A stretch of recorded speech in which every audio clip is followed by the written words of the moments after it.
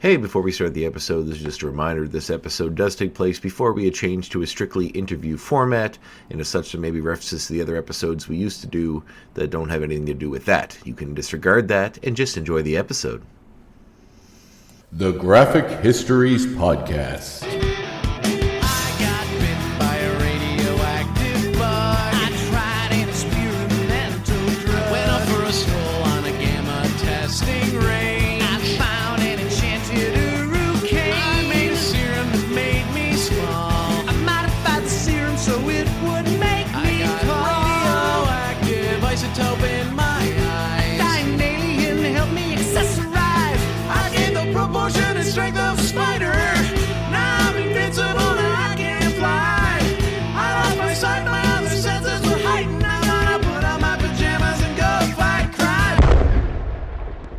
Hey, look at you. Look at you out there. Listen to the Graphic Histories Podcast. My name is Andre Myatt, and I'm your host, and I'm listening to you, listen to me, listen to you, listen to me. And if you understood that, you are a better person than I. Welcome to the show. My name is Andre Myatt. It's been a pleasure to be your host once again. Big thanks to Ookla the Mock for our theme song, Superpowers. And big thanks to you, dear listener, for tuning in today. I'm going to forgo all of the intro stuff I normally do because I was a bit late getting to this. It's late. I have some work to do. I'd like to get it done. And I had a conversation with Tony White, who is a very good friend of mine. Fantastic guy. Awesome person. Just super cool to hang out with. Very interesting cat.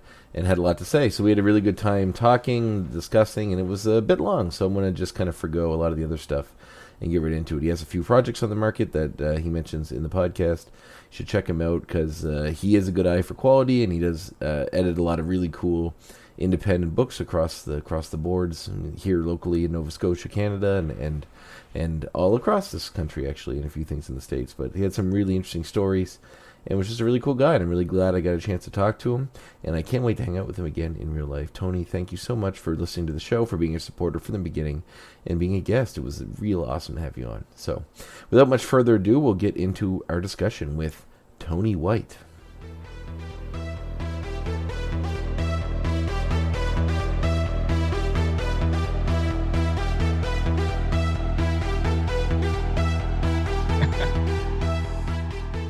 Sorry about that. It's Just sitting in the dark, are you? No, it should. That's what. It's weird, right? Is there tape over your camera? Oh, you know what it is. I'm not used to this yet. Wait for it. Is there a sticky note over your camera? Yeah. I don't know why. It's just one of those things. I actually ordered from Amazon one of the little sliders to go across. Oh, that's a good idea. I never thought about that. Yeah, I bought a bunch of them for the kids' devices, and my laptop has that little piece of tape. So if I run out, I'll just keep the little piece of tape. That's fair. You know, you never go wrong with a good old piece of tape. So all right. I'm very good. short. Look how short I am. I'm well, and yourself? Not too bad. Yeah. How are you doing during COVID times? Good. I've been basically working through it. I have a day job, and then comics is almost a side gig right now because of the lack of things to do. And also, most comic people don't really make a full-time living at making comics, surprisingly enough. Unfortunately not, no. Yeah, so is like the company is a Chapter House you work with? Yes. So are they still pumping out content like normal at the moment, or is things scaled back because of COVID? They scaled back a while ago, and they're just now starting to move more product out the door. So they were scaled back before. They were they were in advance of COVID. But yeah, I'm editing there. Mm-hmm. The title is managing editor, but it's more of managing editor emeritus at the moment. So I just I edit the odd book that comes through, when I'm needed and when it sort of strikes my fancy. Okay.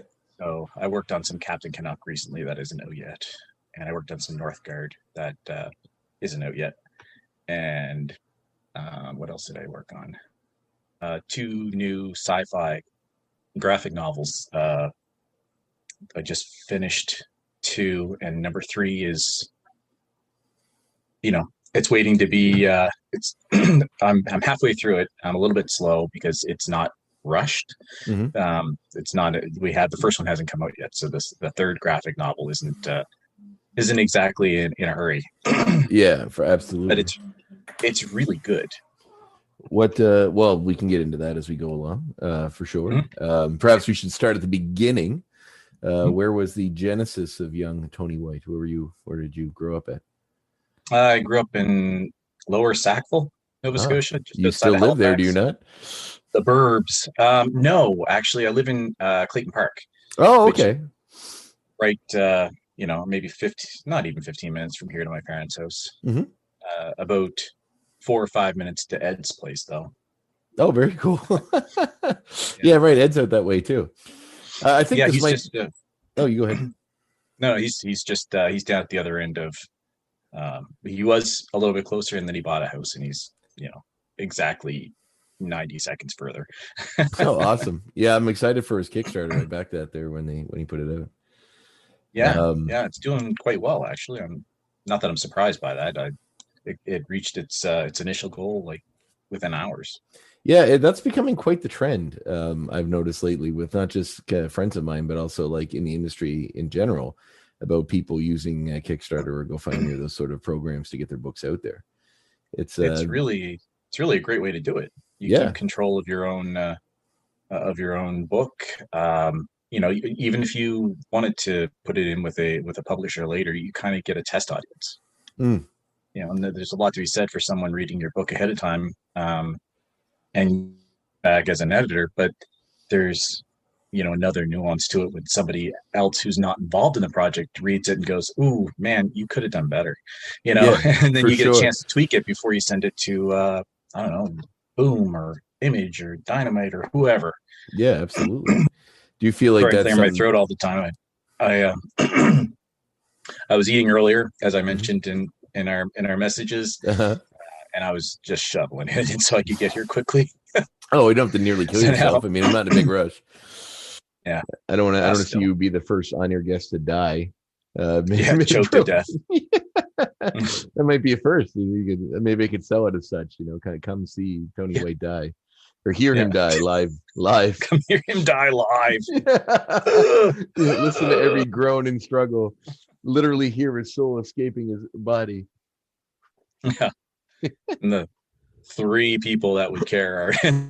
Anyway, I would care. I'm just. And the 6 people listening to this podcast would care, I'm sure. I'm sure it's more than 6. All right, well, 7.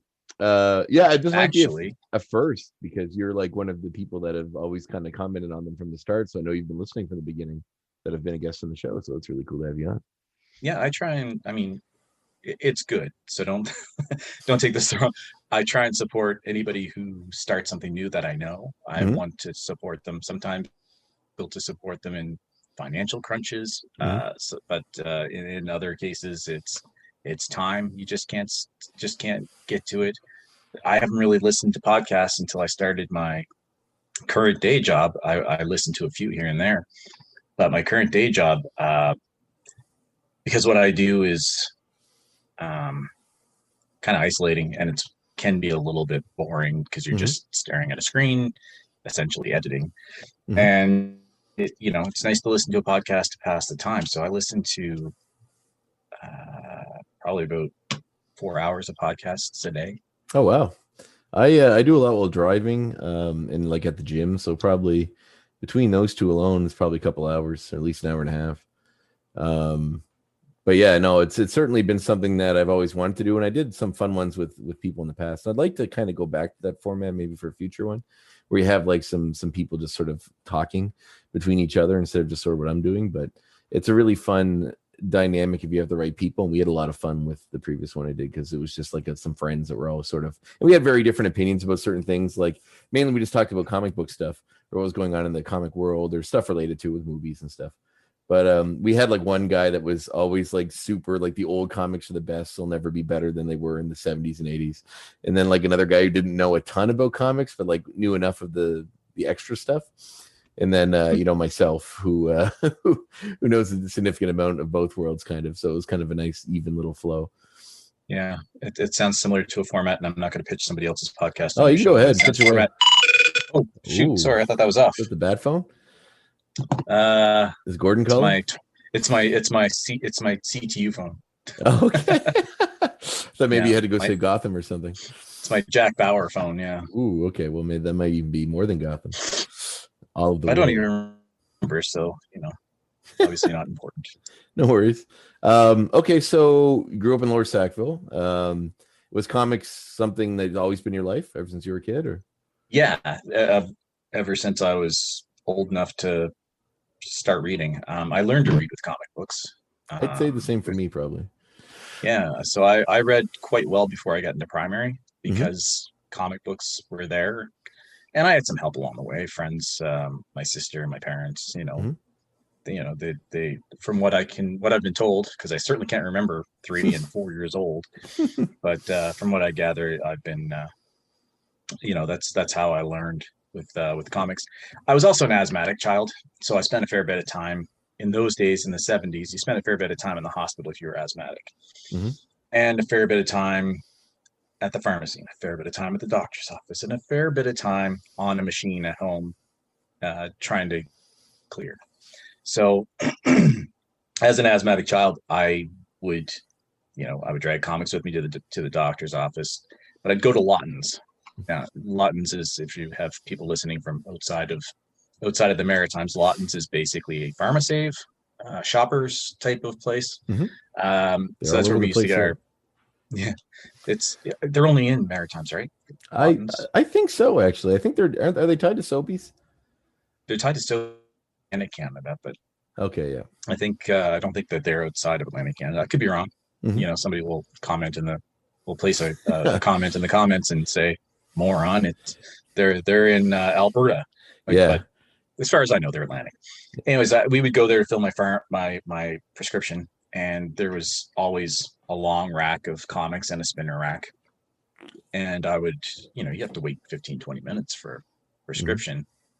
And so because my dad was in the Navy at that time, so he was always away. My mom didn't drive, so it would be a hassle to come back down.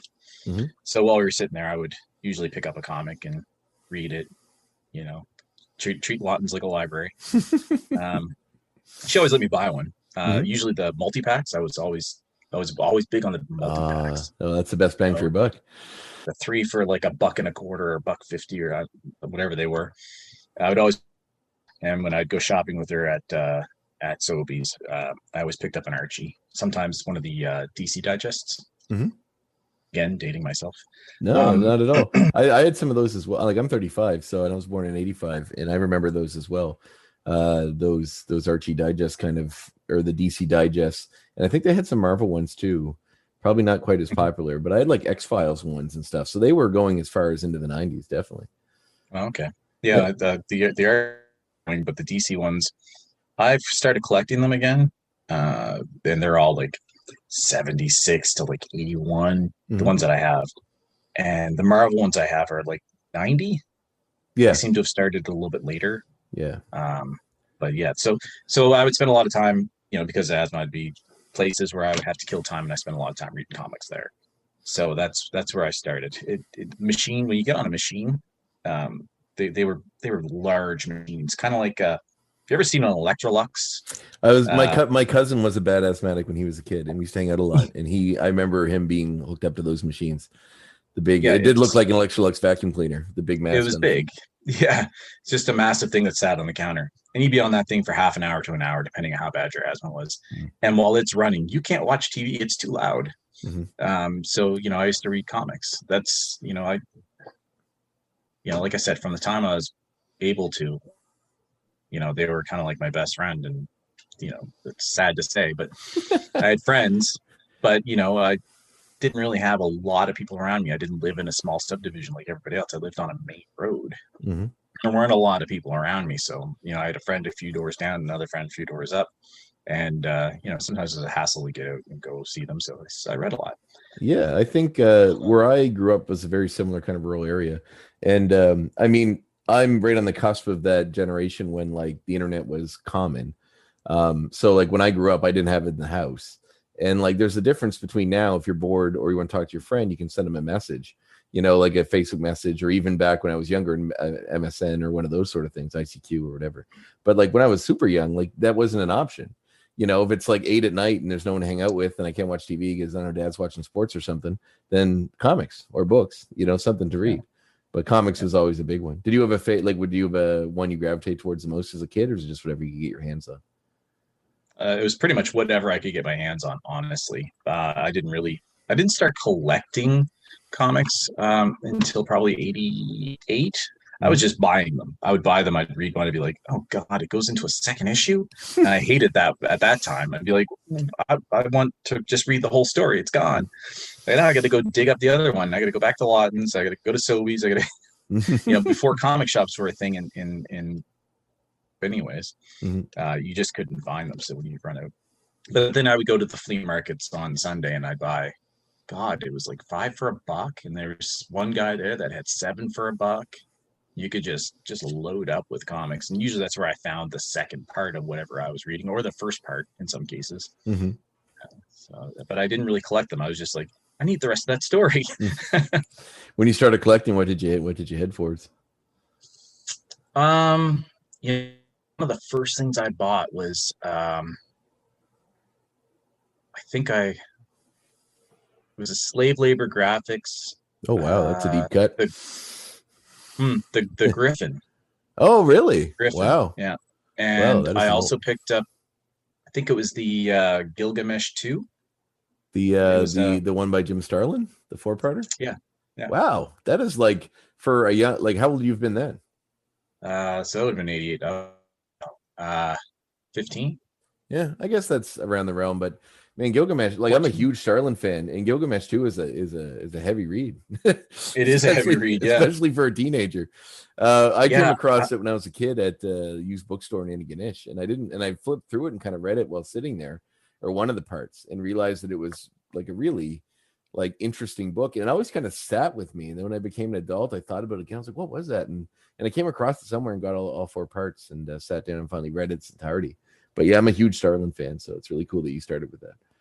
Yeah, I had to. I got a Starlin story. I'll tell you a little bit later. So yeah, I started with that. I was sort of into mythology and that sort of thing. I played D&D. Every kid who plays D&D is into is into mythology of some sort. Whatever serves their purposes, really. But I had to look up Gilgamesh, and I found it was like an epic poem. But in English, with the English translations, it's just a complicated story. So because I read that, I read the story. I read the English translation of the epic poem. I never would have if I hadn't read that, I don't think. Yeah, it's cool. Comics can be a gateway sometimes to things like that. Yeah, for sure. But those were the two like outside ones. I think at that time I went and got Starman. Will Payton Starman, Booster Gold. I really can't remember, but those would have been around that time that I would have gotten those. Yeah, Gold certainly would have been. Booster Gold would have been a fun comic for someone around that age for sure. Oh, that would have been Keith Giffen, right, when he was writing it, or DeMatteis, sorry, in Giffen's art, or vice versa. No, it was Jurgens, if I'm not mistaken. Jurgens, right? Oh, right. Yeah. That's when it was like less funny and more of an actual adventure-y kind of comic. Yeah. I think the first couple of issues he runs into Superman, and he gets he's wearing this lousy yellow cape, and he loses that within the first couple of issues. I like how when new comics come out, they always need to, and within the first few issues, they need to be some kind of a guest star from one of the big names. Like always by issue 4. Marvel was the worst for it. Darkhawk, like the first issue set him up, and I think in 2, like Spider-Man shows up, and 3, like Moon Knight shows up, and 4, Venom shows up, like or Ghost Rider, and then Punisher. Like everybody that was big in the 90s showed up in every subsequent issue. It's just like he would just constantly run across other heroes and like all the time. The 90s was rife with crossovers. Oh, it was insane. And like some of the biggest, like the most nostalgia ridden things, like for people my age, is like Maximum Carnage, or like, the Infinity Gauntlet, or all those things that were those massive, massive crossovers. Yeah, for me it was Crisis on Infinite Earths. I remember reading that. I read issue number 12 at Christmas time, and I don't know if it came out then. I can't remember, but that was one of the first series I actually like tracked down to collect the whole thing because I hadn't started with number one. I think I picked it up. I'm gonna say, spoiler alert, around the death of Supergirl, and then I had to It's been backtrack like and find 40 it all. years. I think you're okay. I know. Actually, it must be more than 40. When was that comic out? That was 80s, isn't it? Yeah. 86. Yeah. Okay. So yeah, it's been I think about, it was 85 into 86. so it's been 30-ish years, 35-ish years. You're fine. Well, 12. I mean, that was a 12 issue series, and there were a couple of late issues, if I remember correctly. So it went like 14 months or something. It wasn't too long, but it was a long spread. I mean, I can only imagine at that time you found one of those on the rack, and you didn't have easy access to a comic shop or easy access to the comic guys at the flea market. How frustrating that would be to try and track them all down. It was great. That and Watchmen were my two. Oh wow! You have original issues of Watchmen? No, I don't. Oh, that'd be. I was trying to think. I had to think about that for a second because I did buy some. I did rebuy them several years ago, but I think I resold them too. So yeah, it was a big boom on them for a little while. I think probably when Doomsday Clock came out, or even before that with the movie and stuff. But it's funny because I had on the movie. Yeah, that would have been. I have the artist edition of Watchmen, the Dave Gibbons one, and it's funny because in the intro he even mentions that he doesn't have all of the pages. Like he sold them for like back before they knew what the book was or how big it would be. He sold them just to get by, basically, and for hardly anything. And then they were like to go back and try to get them when it was too late was unheard of. So he has quite a few, but he's missing a lot of them, which is unfortunate because he definitely is like that. The art's amazing. The art book is fantastic. It is, yeah. But cool. Well, those are like heavy books, like especially Christ Infinite Earths, because that was sort of a precursor to all of the future crossovers, like the big universe-wide crossover. That was kind of the first one, and especially to combining all of their various continuities and timelines and multiple Earths into one big thing. It was quite an astounding feat at the time. So many people, so many heroes and villains in that one. But I'd been getting the JLA JSA crossovers for a long time as well, and I think around that fourth crisis they had like I think it was 4 different. They had like the Crime Syndicate, Infinity Incorporated, or no, maybe it was Infinity Incorporated, All-Star Squadron, JSA, and Justice League. If I'm not, yeah. So it was like this giant cacophony of like heroes. Just everybody got a panel or two. Yeah, that was about and a lot to kind of cram in there, especially with like when trying to compete with there's like a version of Batman that's like old married to Catwoman, and then there's like the normal Batman, and then there's all that other stuff. So it's funny you mentioned about trying to collect through off the rack, because when I was a young kid it was kind of the same for me. There was a hobby store in Antigonish that I ended up working at in high school, but that's where I used to get my comics from. And like, I don't know how much input the owners have and what comes in. I think it's like magazines. The guy comes and fills them every week. And, there wasn't like a diamond book that he went through to order the comics. It's just what came in. Not like a comic store is now. I think most newsprint dealers are like, they just ship out whatever they have. They just try and ship out the most current stuff. Yeah.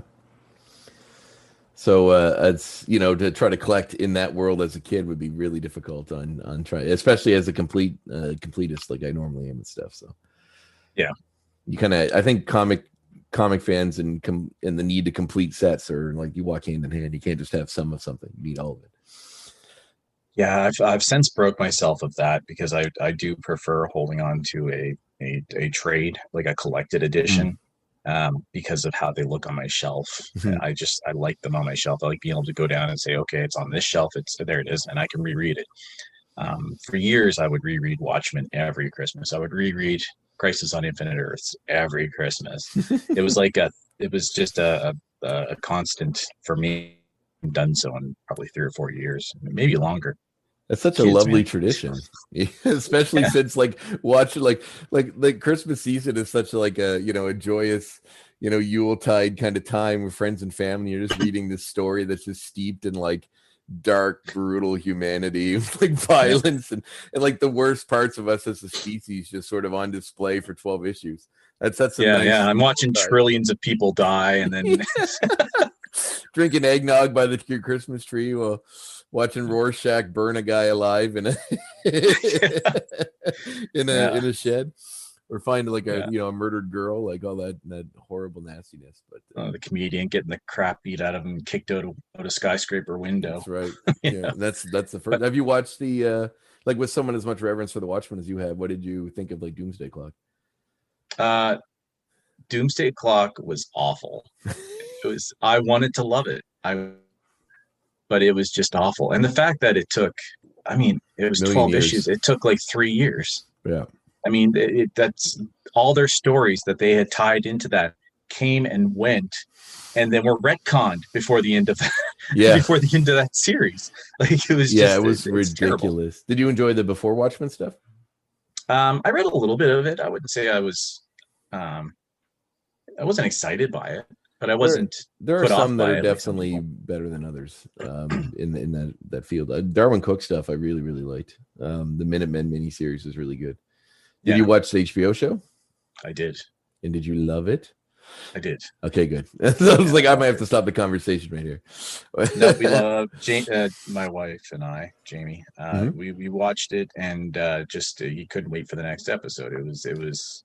I think the first episode, maybe the second episode, I was still a little tentative about it, simply because it wasn't really my Watchmen.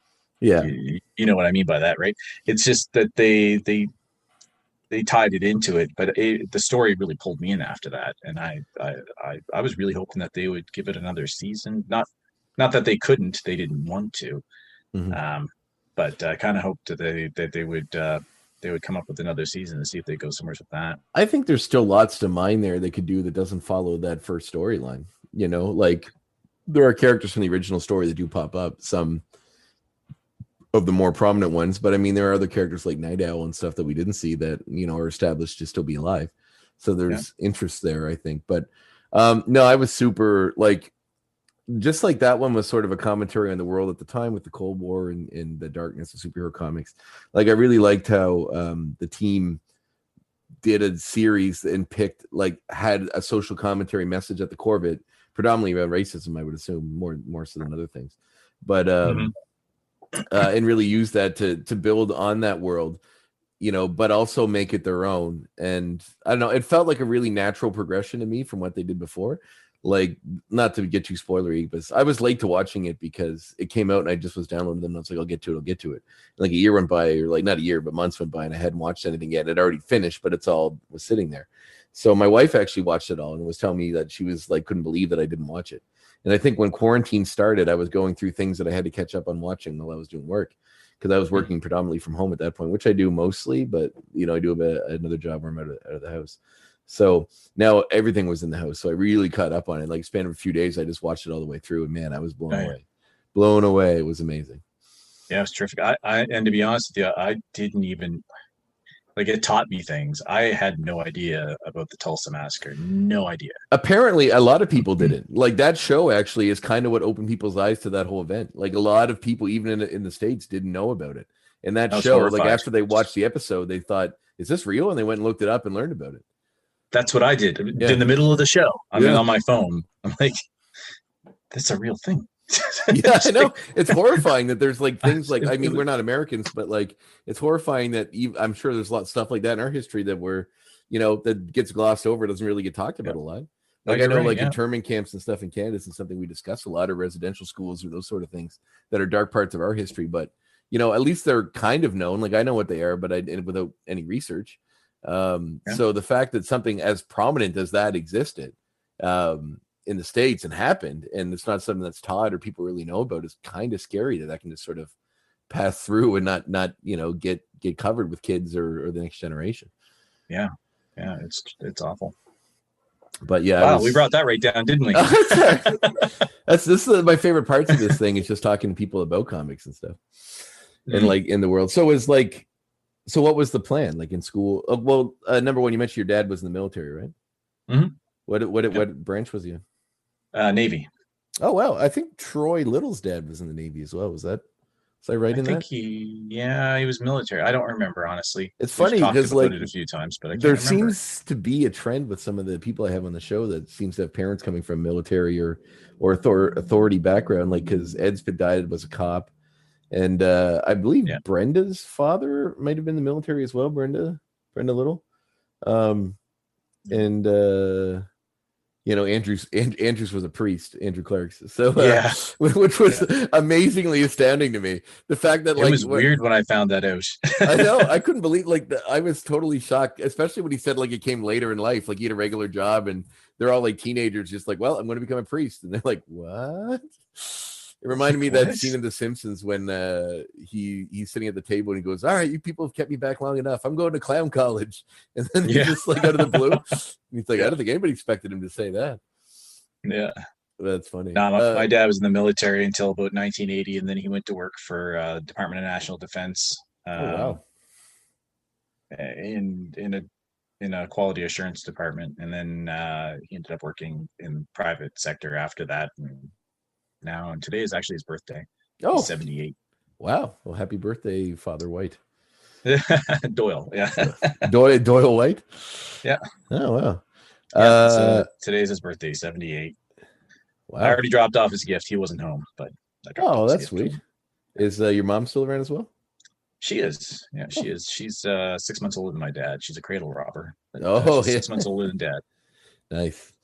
Yeah. Is she? Are they still together? I take it. Oh yeah. Nice. They're old school, determined to see one or the other into the grave. So I'm going to outlive you. I'm going to make sure I'm here and watch it. Yes. I'm going to be here for that. No, it's that kind of love and or sort of I don't know what the word is.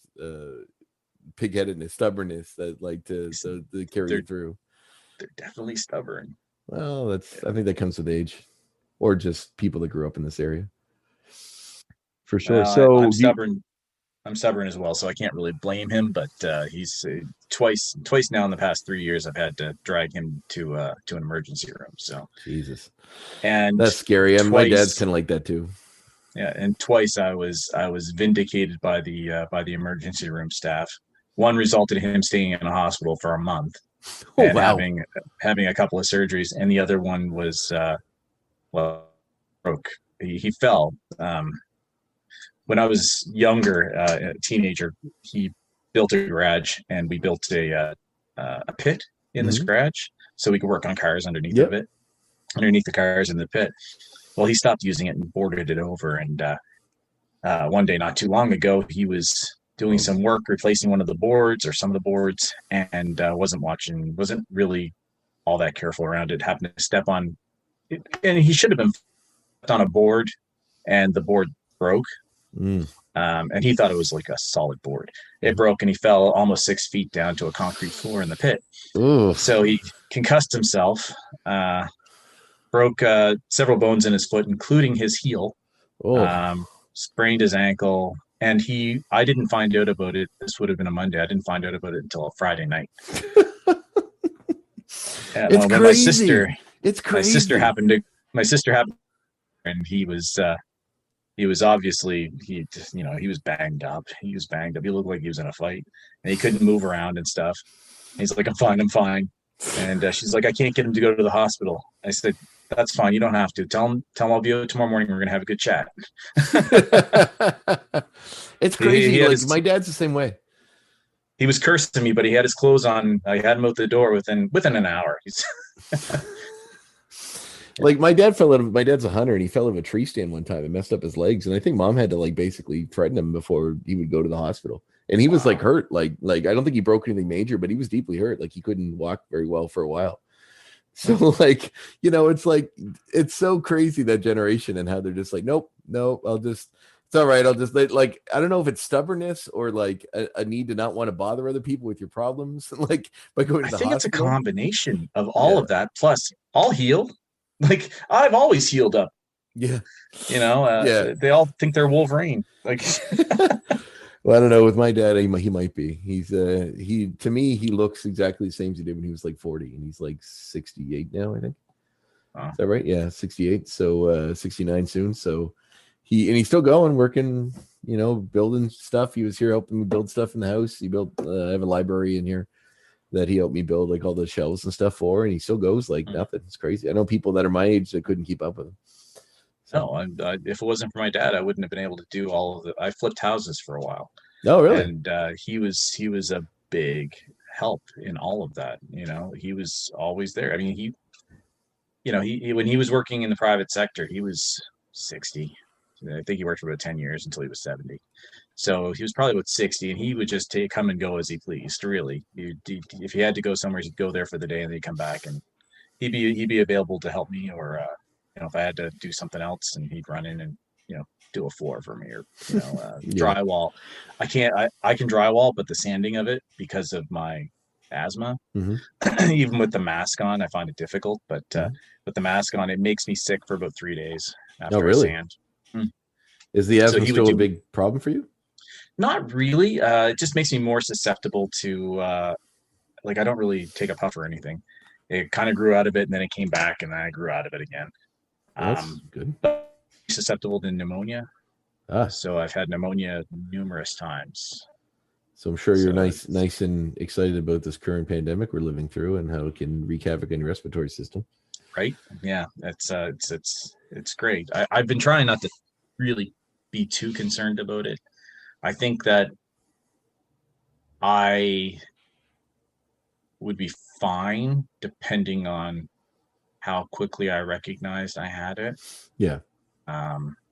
With me, with the pneumonia, I always feel it coming. Like I always feel the chest infection happening, like the gunk, and then I usually go get seen by my doctor, and then he'll say, "Yep, you won't need," for whatever reason, he'll be like, "Oh, you don't need any amoxicillin for this one. I think it's viral. You just give it a couple of days, and typically I'd be fine. But yep, you are full. Here's some drugs. Good luck." But it's only laid me out like for a long time twice. Once when I met my wife, I was actually crashing at her place, and I wasn't feeling too well, and I would crash her place because it was closer to work, and we worked together. Well, not together, but not far apart, downtown. And I would crash at her place because it was closer. I got really sick, and I ended up at her over three weeks while she was taking care of me with this with pneumonia. I had to go through 2 separate runs of amoxicillin, I think it was. Yeah, antibiotics. Yeah, antibiotics. It was had to go through two different prescriptions of that to get rid of it. And the second time it knocked me for a loop was the end of March this year. Oh wow! When COVID hit. Yeah, it was basically a scary just time. Yeah, it was a sequence of events, unfortunately. And I started feeling it, and I didn't call my doctor right away. I waited a couple of days, and when I finally called, I couldn't get anybody. They weren't answering. So I waited the weekend, called on the beginning of the next week, got the staff there, and they're like, "Oh no, he had a stroke." When did he have a stroke? It was the day I was calling. He had the stroke. It's like, oh, good timing. Yeah, and then he passed later. Oh wow! So I couldn't get to see a doctor, and you couldn't go to a walk-in clinic at the end of March. They weren't seeing patients that weren't theirs, and they wouldn't do a phone consult unless you had a doctor, like family doctor, there. So I finally had to go online. The worst situation. You've like every check that could put you into like a life-threatening situation when it's all there. Yeah, I had to get a COVID test before I could see a doctor. Oh wow! Yeah, well, that must have been fun. Those don't look fun at all. Yeah, that's a downer. We swab cut up that the part. Nose. Yes, actually. Ugh. Yeah, I had to get nose surgery because of wrestling. I got my nose broke really bad one time, and they had to do like after it healed, they had to like go back and basically like one of those suction things they use when you go to the dentist, take spit out of your mouth. It's like that, but for stuff in your nasal and throat cavity. So it's just this big tube they shove right down.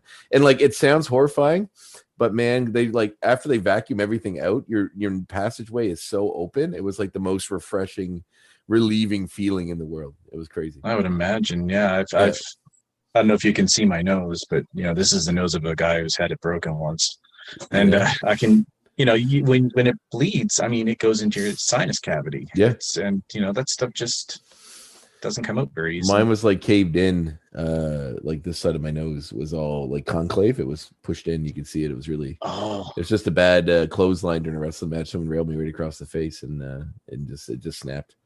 So the doctor said, if you were a boxer, I wouldn't fix this because it'll probably break again. But since getting hit like that's not a common thing, he's like, they fixed it. So I looked like the Invisible Man for a while. I had the bandage across the nose and and underneath the eyes. And if I had round sunglasses I wore, so like when I went out, I looked like Claude Rains in the Invisible Man. Yeah, really funny. Or what's his name from Doom Patrol? Mr. Negative Man. Mr. Negative. No, it's Negative Man. You're right. It is Negative Man. Yeah. But then didn't they? Because he was sort of not a he in Grant Morrison's run. They were two different characters, actually. Yeah, right. Negative Woman and Negative Man. Not Cliff. Cliff is the robot. Larry Trainer. Larry Trainer. Yeah, I'm a huge Morrison fan as well. So, so you have siblings? You mentioned you have a sister. I have two sisters, two older sisters. Yeah. All right. So they did read to me and stuff, but my youngest sister. I have two older sisters, and I call my youngest sister, like, she's the one that's the youngest of the two. Yeah. So my youngest sister was the one that and again, I don't remember. She claims she's the one who helped me learn to read with comics, and I'll give it to her because I don't know any different. Yeah, why not? But they were, I was 8 years younger than her and 10 years younger than. It wasn't like we grew up together. Oh, it's quite a gap. No, I was like an only child. One left when she was 17, the other one left when she was 18. So I mean, I was an only child by 10, and even when I was old enough to remember them, they were always out anyways. They were teenagers. So it was kind of like being an only child. I was alone a lot. Oh, the good thing comics were there. Yeah. Do any of them were they into comics as well, or is it just that they were kind of reading to you to follow your love of it? Yeah, I don't think comics.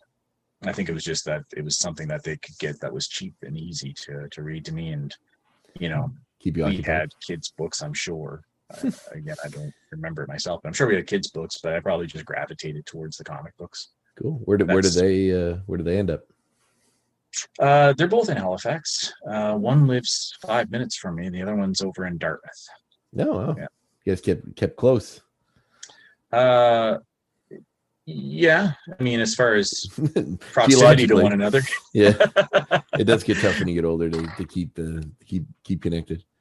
Yeah, like I said, we're so far apart in age. Like they're close, but I've never been that guy. So yeah.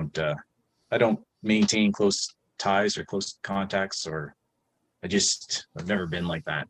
I liked my family, and I would, I've done a lot for them, and vice versa. Yeah. But it's not something it's not something I really think about. It's not something I pursue. Like, yeah, I love them, but I don't try and spend, holidays with them or visit them on weekends. It's actually refreshing to hear somebody be honest about something like that, because not everybody, like, your family's your family, but you don't necessarily, like, you love your family regardless, but and you don't need to be best friends with them, I guess. You know what I mean? Like, to me, there's like a real difference between familiar.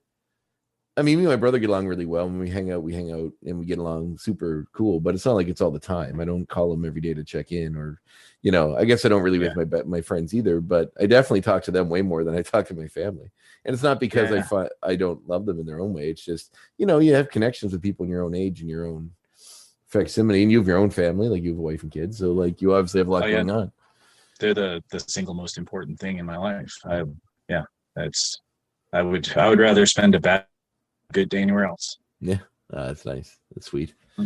So college happened, I assume, after high school? Yeah, so I went to St. Mary's. I went to St. Mary's University, and then shortly after St. Mary's, I took a job with the government. What did you take at St. Mary's? Anthropology. Oh, okay. So I took a job with the government, just a 6-month term, working museum system, and I hated it. And so I had applied for flight school on a whim I guess it might have been a couple of months before that. And I got the call and I was like, ooh, can't work full time and go to flight school. So I guess I'll have to quit my job. Yeah. So I went to flight school. Are you a pilot? No. Okay. What happened? There's always a story. Oh, well, that's what this is for. Let's hear it. Yeah. So I went to flight school and I was there I did 28 hours of flight time, which is not enough to become a pilot. Mm-hmm. You have to have 40 hours minimum in order to get your private pilot's license. So I had 28 hours, 20 of which was with a trainer, and then 8 was solo. And I did 3 different semesters, 10-week semesters of ground school. So I was well on my way to becoming a professional pilot when they came to us and said, hey, we need you to give us another $5,500. This was back in 1998. Yeah. Which is around the time I had my accident that I told you about. Yeah, let's get into that too. But yeah, so they came to us looking for more money, and it wasn't the scheduled time for the money. Like I made my payments, payment in January, and this was like February, March, something like that. And they came to look for more money, and I'm like, it's not. You guys don't get more money until June, like because the next time was June and then September again. Like I've given you everything I got now. They're like, well, if you don't pay us $5,500 or whatever, you're going to be grounded. Like they'll ground you. You won't be able to fly. I'm like, well, I can't give you the money if I don't have the money. Yeah. And I gotten the money, but I would have had to borrow it, but I still would have had to borrow it, and I didn't want to do that. Anyways, they didn't actually ground me. They didn't ground anybody, but some people paid up.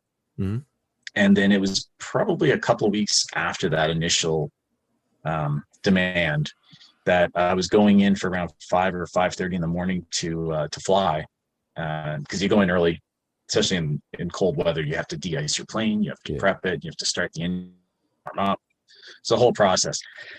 Plus, you have to do all your checks and do your weight balance and all that stuff. So I was going in, and the door was locked. I was like, all right, well, obviously it's early. I'm not expecting the door to be open. Like I'm expecting somebody to be there. So my trainer shows up.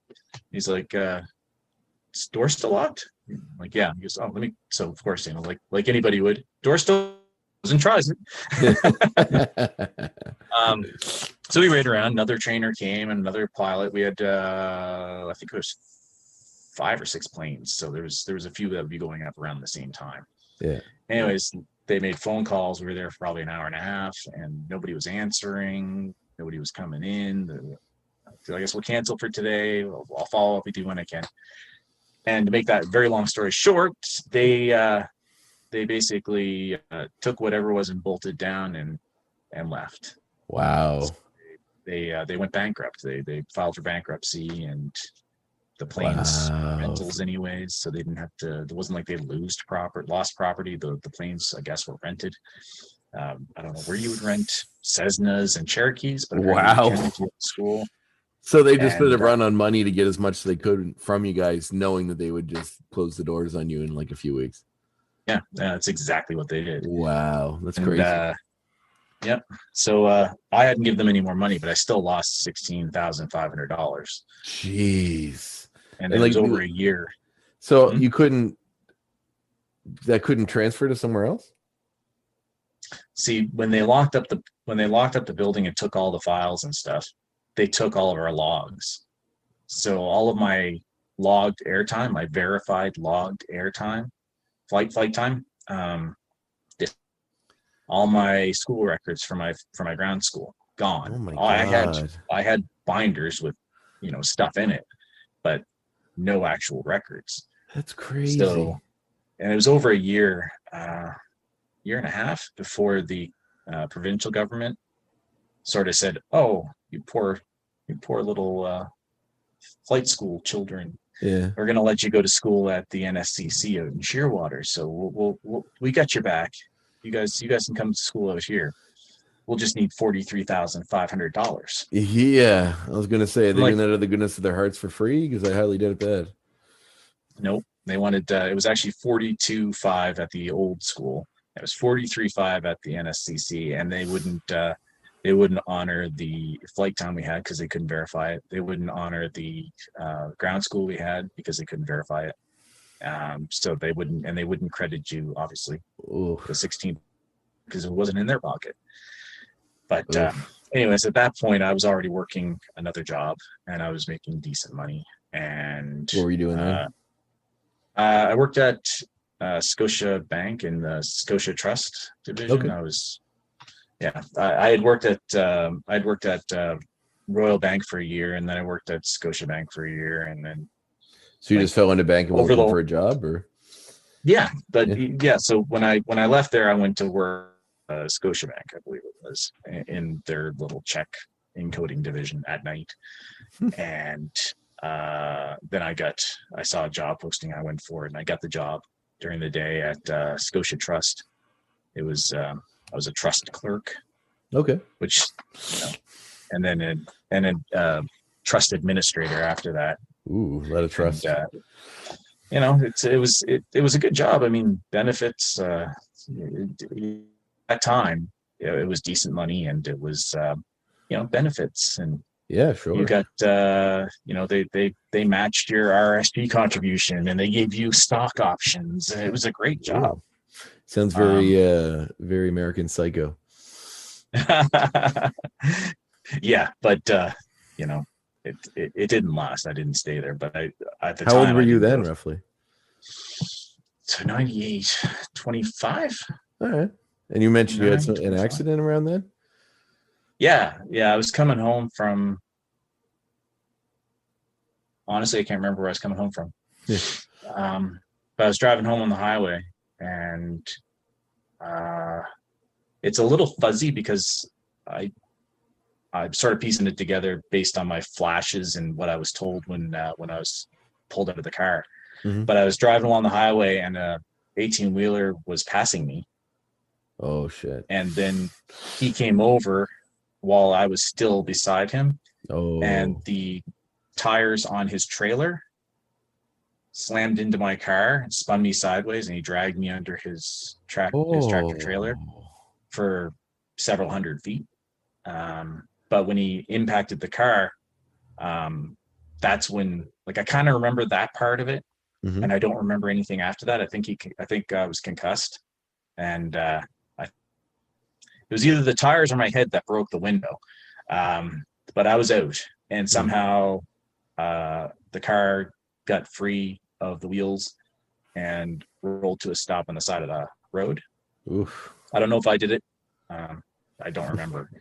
Next thing I remember after the initial clunk of the impact was a guy pulling the door off, a rather large guy pulling the door off, because it was probably, I'm going to say 9 to 12 inches. Mm-hmm. The door was bent into where my shoulder was. I damaged my shoulder, my hip.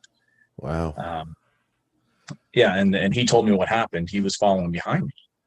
I'm like, great, I'm glad you stopped, because I don't know what happened. And apparently the guy had been drinking and fell asleep at the wheel, they thought. Oh, jeez. Yeah. So, yeah. So I hope that set you up for a while. Yeah, I think after my lawyer took money, I think I was in the $24,000 or $25,000 area.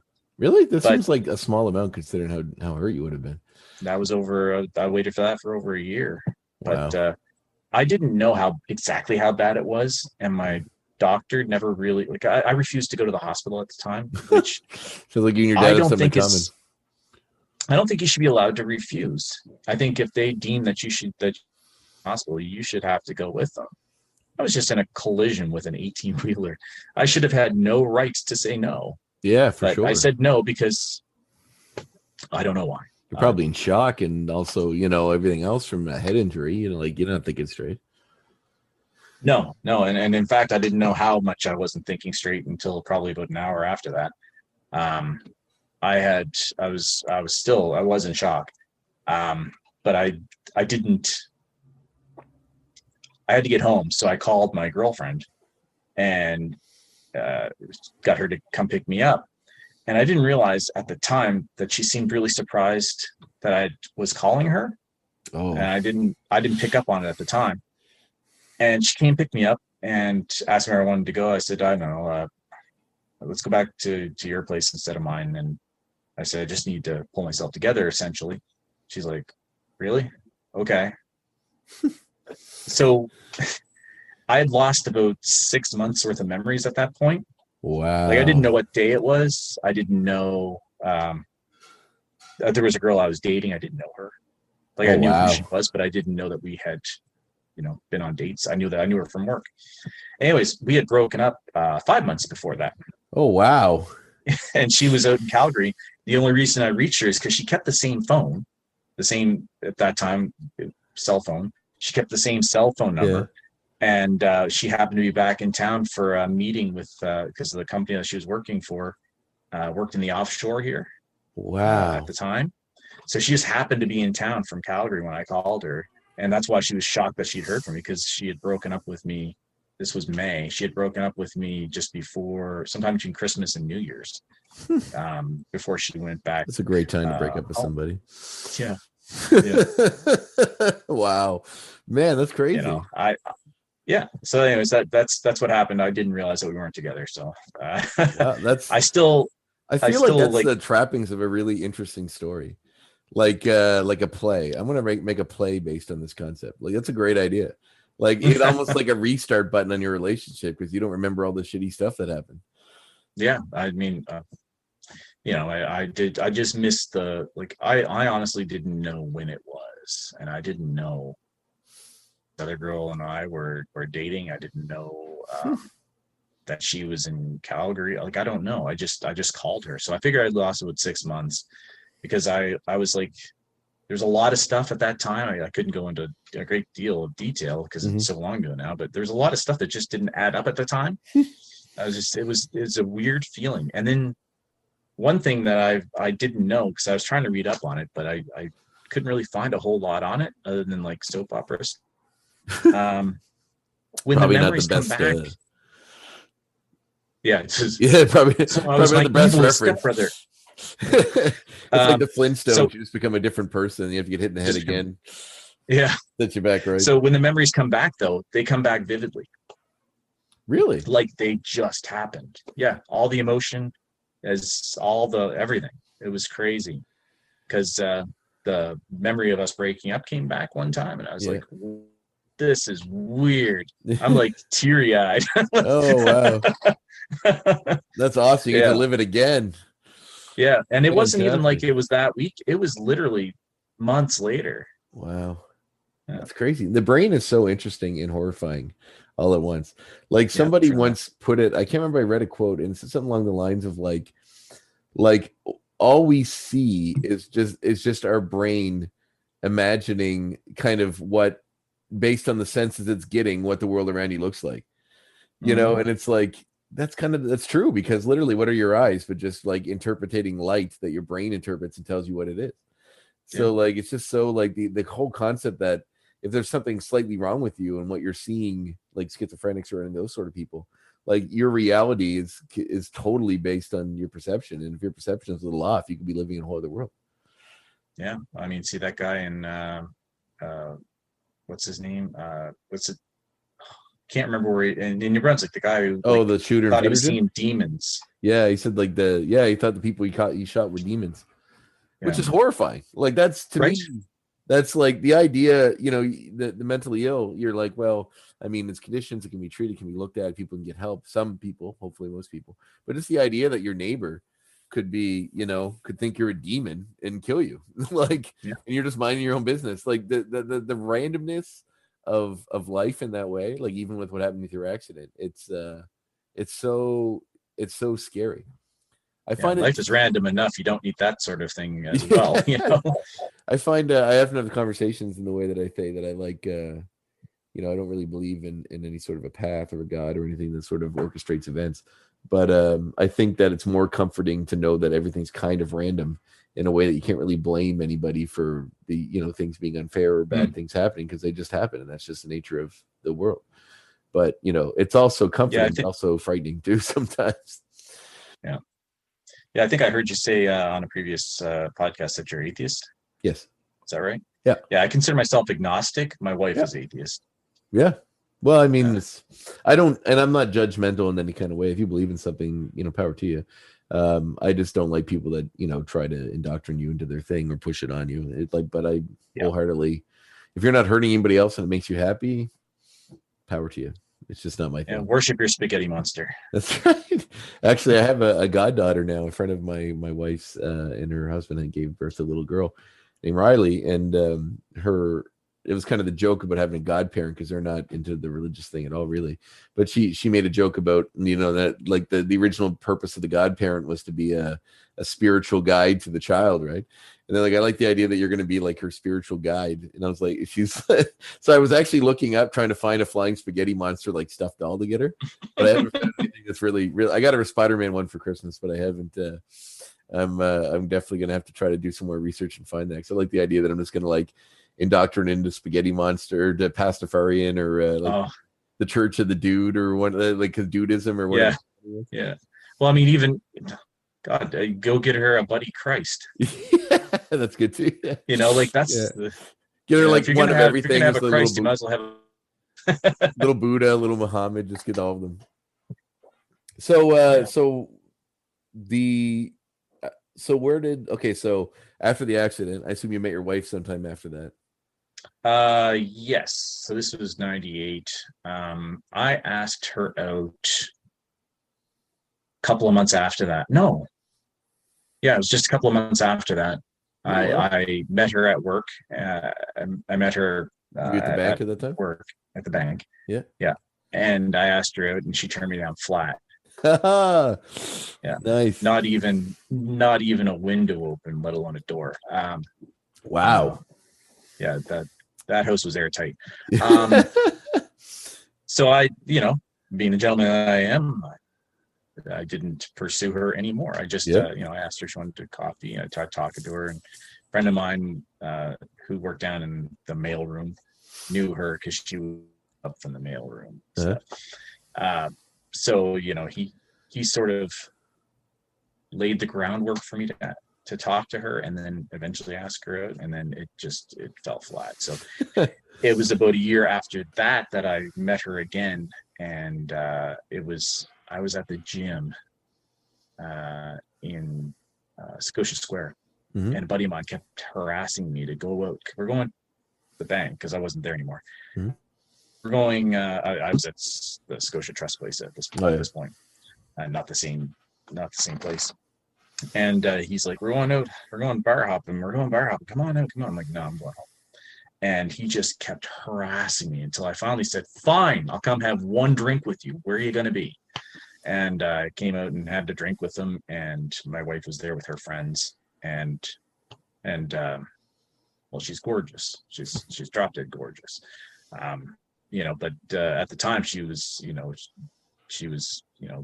19 years old or whatever. And, I met her in a bar, and she was, she was stunning. She liked the whole room. She lit the whole room up in that place. She was the most attractive thing there.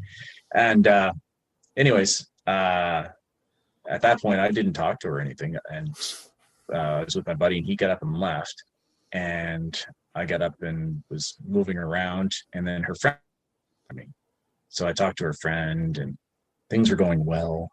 Mm-hmm.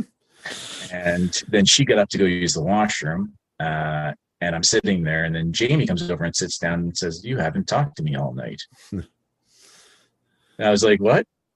I haven't seen you in a year, and last time you turned me down flat. Not that I hold a grudge, but I'm not going to come over and harass you. That's not me. I don't do that." Anyways, sorry, make it a lot shorter.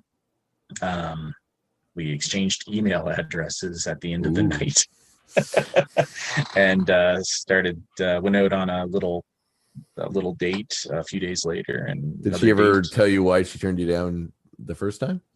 Yeah, boyfriend. Oh, well, that's fair. Yeah, can't argue with that. No, that's her being a good girlfriend by not entertaining that.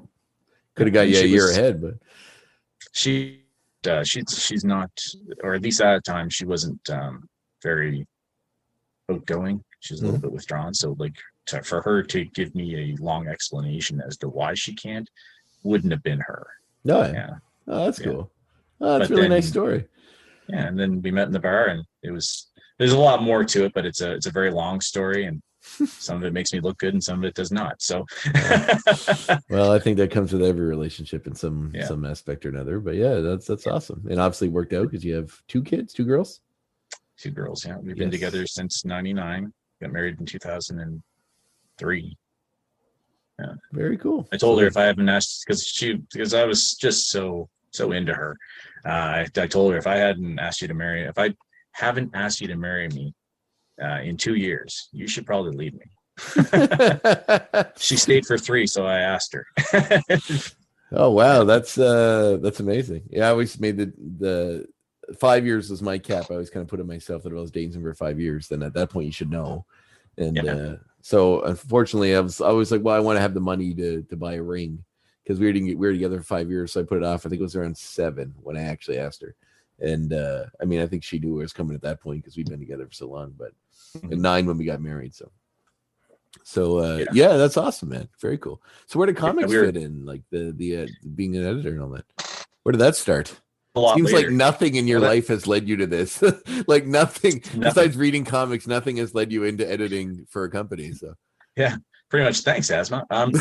So what happened? Okay, so it's a sort of a long story. It's roundabout. I joined a message board for Kevin Smith movies. It's called View Askew Universe. Yes, very familiar. So I was on that board and I made some friends. And played poker with Kevin once, and well, like in real life or on the computer. Poker. He booked a room. When I was on there, I had I was playing a lot of poker at that time. When I was on there, my name was Poker Guy because I'm really clever and because I'm a guy that like poker. Made perfect sense. Yeah, so I was like, how can I be really obvious? So I did that and I played poker and we talked about poker, and he was really he was on that board a lot. He was very chatty, very chatty. Him and Jay were there quite often. It's so cool when creators are like that engaged with their audience, especially online. The guy used to be a big active quite a bit on Warren Ellis's online stuff because I'm a big fan of him. Oh, yeah. Unfortunately, as we've come to know in the last few years, that perhaps it wasn't necessarily the most beneficial place for some people. But to find a community with not for women, it seems. I don't know, man. Like I don't want to get into that sort of stuff as far as those stories go. But the ones about him, they don't sound dangerous or whatever. They just sound sneaky, I guess. It's just like having a bunch of girlfriends and lying to each of them about each other one. I don't know where the line is as far as, the court of public opinion goes, but I don't know if I would say he should never be able to do anything ever again. I just think he should probably take ownership over his shitty behavior and, maybe treat women 100%. A little better. Don't lie to them. Yeah. Take ownership of it and try to improve yourself. I mean, if he was continuing to do it over and over and over again, if it was still happening, I'd have a different opinion. Yeah, one of the stories was like 40 women over San Diego Comic-Con weekend. I was like, that is like a lot of people. Like for that, but that's I don't know amazing. If it was 40, but it was a high number. It was like 20. Yeah. It was like 15 women over like the span of a weekend. That would whatever it was. If it was double digits, that's pretty impressive. Yeah, 3 would be. It was like basically one would leave and then like another one would like just revolving door right in behind the other one. Unbelievable. I was like, who was the? But I don't know enough about it. It's shitty behavior. But sure. It happens at a lot of conventions. I've been to a ton of conventions. Started in comics. Yeah. And while I can't say that I've personally, stepped in and stopped somebody where I thought that they should, I just didn't have that vision. I didn't see stuff like that. Stuff has happened around me and I've not noticed. And I feel that I should have. I feel terrible about it in some cases. Yeah. That things had happened. I've had thoughts about that stuff. Mhm. But in my particular case, in some of those cases, I was just so new into the scene. Yeah.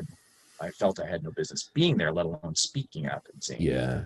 It's rough when you want to be part of a world and you're suddenly given access, but you don't want to do anything to get yourself removed from it. But there's also, like, I can totally understand where you're coming from, because you don't want to draw attention to yourself or get yourself booted out of. You got a key to the kingdom. You don't want it taken away, but also and the it's tough stuff to I've try to be seen, yourself. And yeah, the stuff I've seen was more or less just smarmy. It Yeah. wasn't Well, violent, and I'm sure that they were uncomfortable, but I didn't know that. I Yeah. couldn't, me walking up and saying, "Hey, she looks uncomfortable." Like, if she was trying to get away from him, I would have done something. Yeah. But a lot of it again, is I people didn't see using much of their that. power, right? Or not only their power specifically, but like their position, or it's if a young woman idolizes your work, it's a lot of them use that to their advantage to do that, Mhm. and it's unfortunate.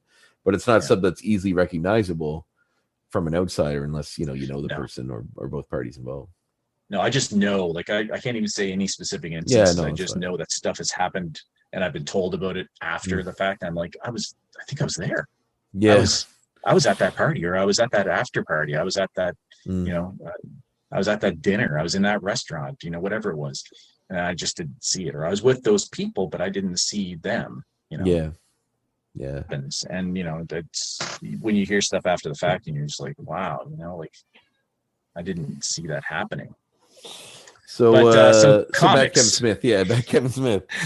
You're in the Kevin Smith boards, playing poker with Kevin Smith. Yeah. So I made friends with another boardie, and it was 2014. She sent me a message, I think it was through Facebook, and said, "Hey, check this out." And she sent me a link, and it was Captain. It was an ad, and they were looking for help. Captain Canuck Incorporated was looking for someone to work in the office. They were looking for someone to run their social media. They were looking for someone to help out at shows when they go to shows across Canada and stuff. And the address was Toronto. So she lives in Jacksonville, Florida.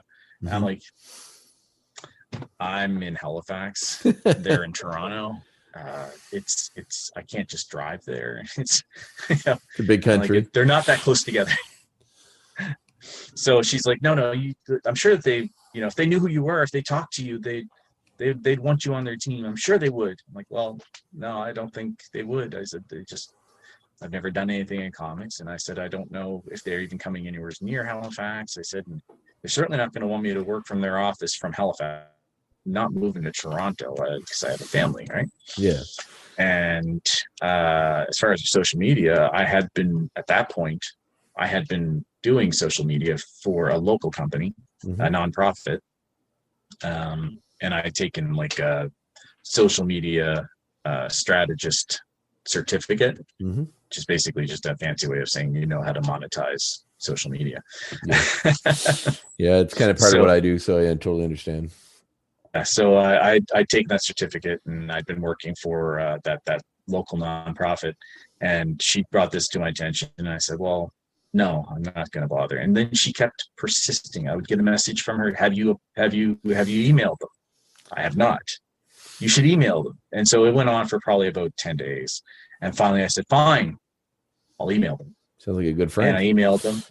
Yeah, she's great. Yeah, if it wasn't for her, I wouldn't be doing what I do now. She also got me an interview with a couple of a podcast down in Florida. And, oh, cool. Like she's it's nice to have people in your corner. Yeah, she's a good cheerleader for me, eh? Yeah, for sure. Thank you, Mandy. Yeah, Mandy. I don't know if Mandy will listen to this, but if you do. Tell her to listen to it. Maybe she can set up some people that I can interview. That'd be fun. Yeah. So she just harassed me until I did, and then I didn't hear anything back. It was probably about 3 weeks before I got a reply. So I was like, this is not going anywhere. So she's like, have you heard back? I have not. Have you heard back? I have not.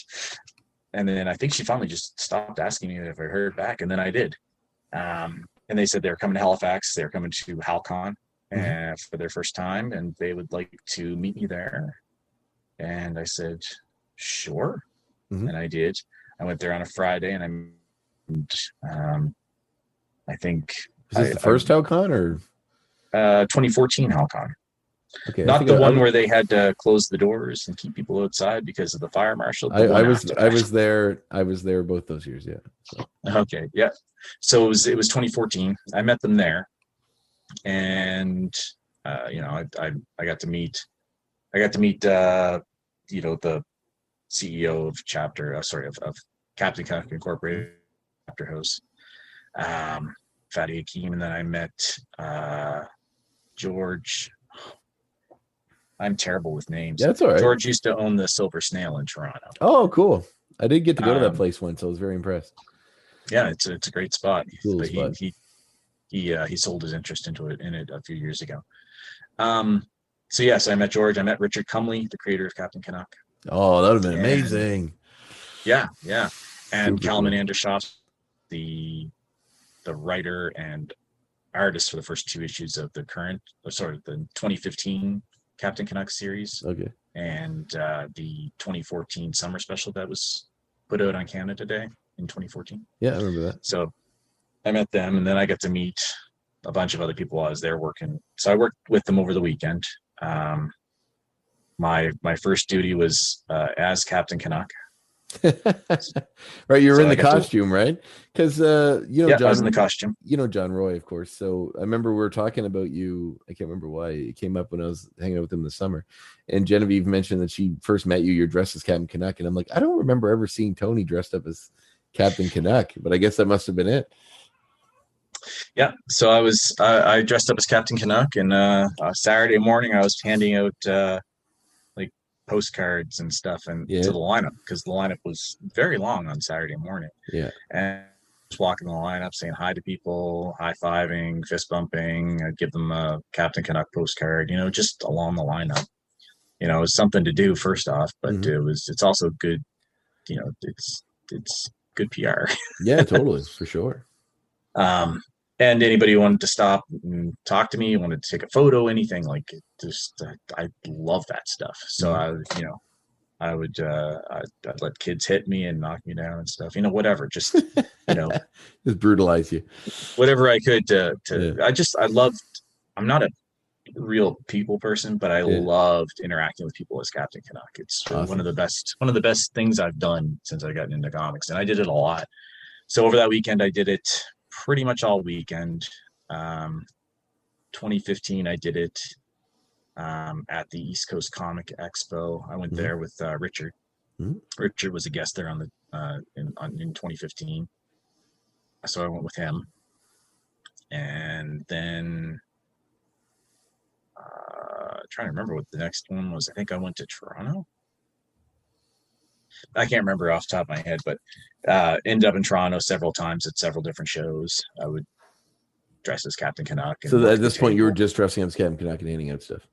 Well, it kind of progressed pretty quickly from dressing as Captain Canuck to handling their social media. So at the end of the very first weekend where I met them, they just basically said, "We love you. You're hired." It's not full time. Yeah. But we want you to handle social media for Captain Canuck. Cool. So from that point forward, I was the voice of Captain Canuck on Twitter. Awesome. And then later Instagram and Facebook. But yeah. Cool. Yeah. So I did that. And then the next year they sort of incorporated Chapter House, and I started editing mostly advertisements and stuff that was going on the website. And I was already doing it for social media, of course. I'd write stuff and edit it, or anything that came to me to be put on there, I would edit. And it slowly became, hey, can you take a look at this? And I would start getting pieces of scripts, or I'd get pages, and then I just started proofreading and then editing, and then then it just went from there. That's awesome. Yeah. And continues to this day. It does. I still work with Chapter House to a degree, and I think they're a company that's they're uniquely Canadian. There's not a lot of companies that do what they do in Canada. For sure. They've had some difficulties, but they have been really pushing a lot of product out now, and they had a hard time meeting deadlines for a long time, and it was just growing pains. And company does really well and grows, starts growing considerably. But I don't just work for Chapter House now. So I just basically, like I said, I edit for them. Yep. I do whatever they send my way mostly. Sometimes I just don't have time for it, but I do what I can over there. And then I also work with some local people. I should dial it back just a bit. I work with Dan and Fernando, Dan Parent and Fernando Ruiz on Die Kitty Die, which started as a Kickstarter, came to Chapter House, and they did 3 volumes at Chapter House, and I was their editor on all of them. And then they decided to kickstart this one, and they didn't want to publish it through Chapter House this time. They just, I don't know, they wanted to keep control of it and be able to do some different things with it. They decided not to put it through Chapter House, and they still asked me to edit. They still asked me to be part of the process. So I'm still editor on the 4th volume, which came out, when did it come out? Earlier this year? Oh, very cool. Yeah, there's Dan Parent's a really cool guy. So I met him in 2014 as well, because he was only 2 tables up. That was the first time I ever met him. Wow, it's amazing how much you've progressed in like a fairly short span of time. Like 6 years isn't that long. Actually, Jay Torres was in that, and I worked closely with Jay and I worked closely with Dan, so it kind of all worked out really quickly. Who does the art on that on Die Kitty Die? Dan and Fernando share art duties on it. Okay, but they get different covers done. Like they tend to do, like, they'll do single issues, and they'll each do they'll have an A cover and a B cover. And issue 1, Dan might have the A cover and Fernando has the B cover. Issue 2, Fernando has the B cover. A cover, and Dan has. Darwin actually did a cover. I was going to say, I think Giselle must have too a few times, did she? Giselle actually did a couple of stories for them. That's what I thought, because I remember seeing some of her stuff related to that, but I wasn't 100% sure if it was. Yeah, I probably. Yeah, back there somewhere. She did a summer. She did a story for the summer special. Oh, cool. Which I think is on my rack somewhere. Yeah, I'd like to have her in here sometime too. She'd be interesting as well. Yeah, she would. I would assume she would do it. Like, awesome! Yeah, she's great. I love her. Yeah, I've only hung out with her a few times here and there at conventions, and she's always, her and her partner are always super cool people. Yeah, Mark.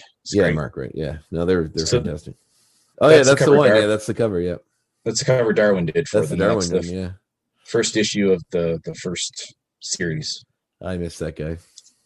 So he drew it, and I believe,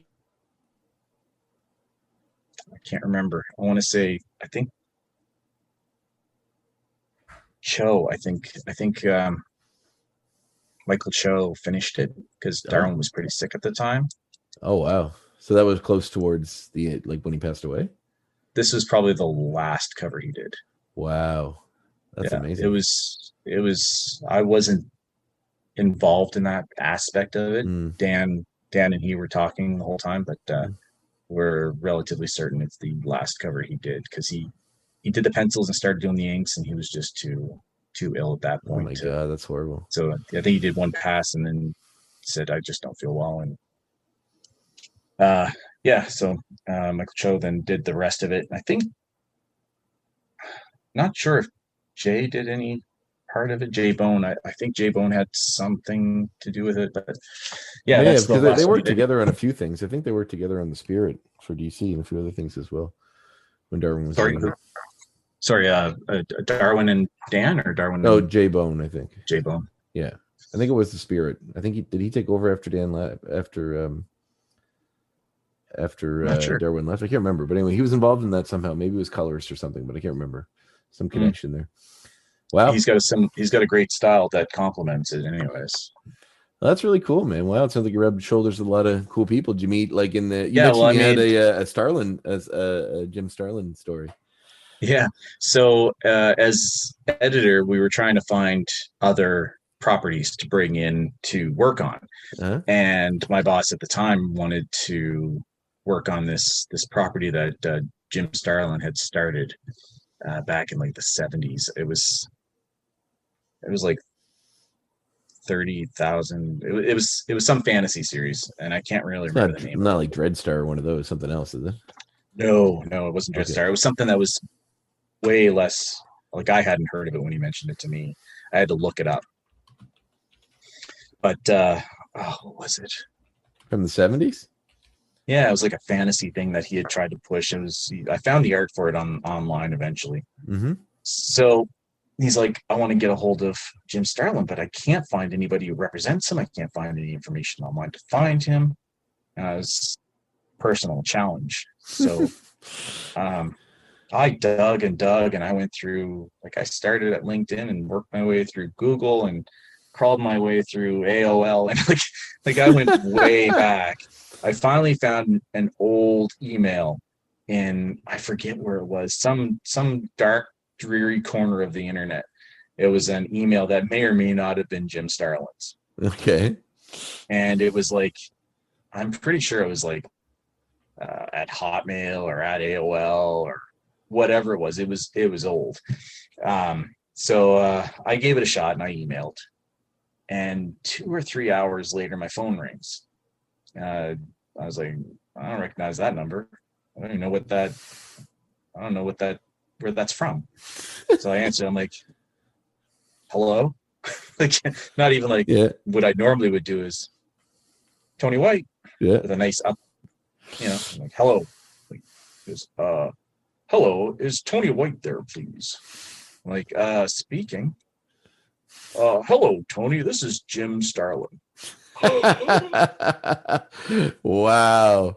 Like, that'd be amazing. Just amazing. Like, it was one of the highlights. And I mean, no disrespect to anybody else I've met over the years. Yeah. But when Jim Starlin calls you phone, really, really and you're cool. not expecting it, it is a shock. That is so cool. Jim Starlin. So he's like, hello, Tony, this is Jim Starlin speaking. And I was like, I couldn't speak. Like, the words would not come out. And my wife was right there. I'm like, she's like, what's wrong?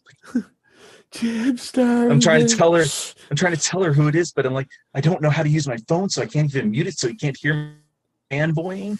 I'm like, what is going on? So I finally got myself together. I'm like, oh, hi, Mr. Starlin. So we chit-chatted a little bit, and he was very, very nice, really friendly. And he said, well, let me just think about that. And he thought about it and talked to his lawyer, mm-hmm. his representative, and he said, I'm not really ready to do anything with that project at this point. Like, I have real interest in starting it again yet. Maybe in the future, but right now, no. Which was great. I talked to him probably 3 more times after that. Wow. Over the years to touch base. Like, I called him once and he called me back, and how are you doing? Oh yeah, good. Like, just like, he's in my phone. I have Jim Starlin. That's amazing. I'm a massive fan. Like, my buddy gave me his email. That's dude.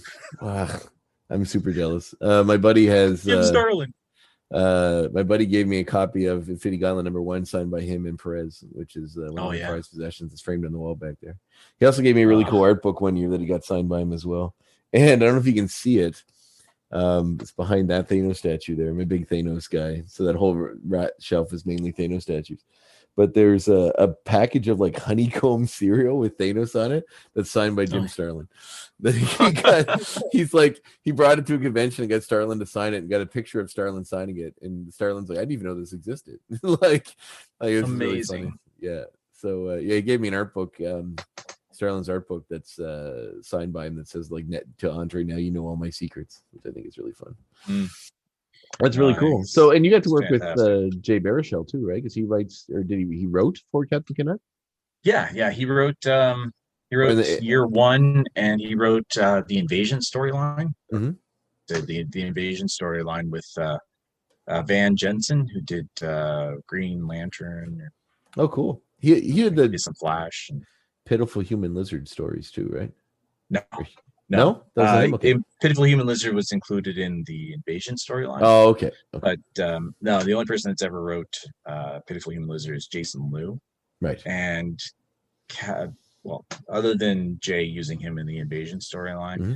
Kalman co with Jason for the summer, the Chapter House summer special. I don't know if you can see it in Yeah, the I think photo so. there. Yeah, Do you see Prime Minister Trudeau? I do. So that's he wrote a story for in there. They co-wrote that one together for Captain Canuck and Cool. Pitiful Human Lizard team up. What does he like to Yeah. work with? I'm a fan of his stuff. Bear Show. Jay? Yeah. I'd love to say I worked really closely with him, but it was mostly just emails. Yeah. And then I would see him at shows. Like I was with him in Winnipeg. I was with him in Montreal. Spent some time together, and he came to Halifax a while back to do a book signing. Oh, cool. And so I went to that and just sat in the crowd, and then he was looking around the crowd, and all of a sudden he's like, and he pointed up in the crowd, and he's like, I'm like, all right.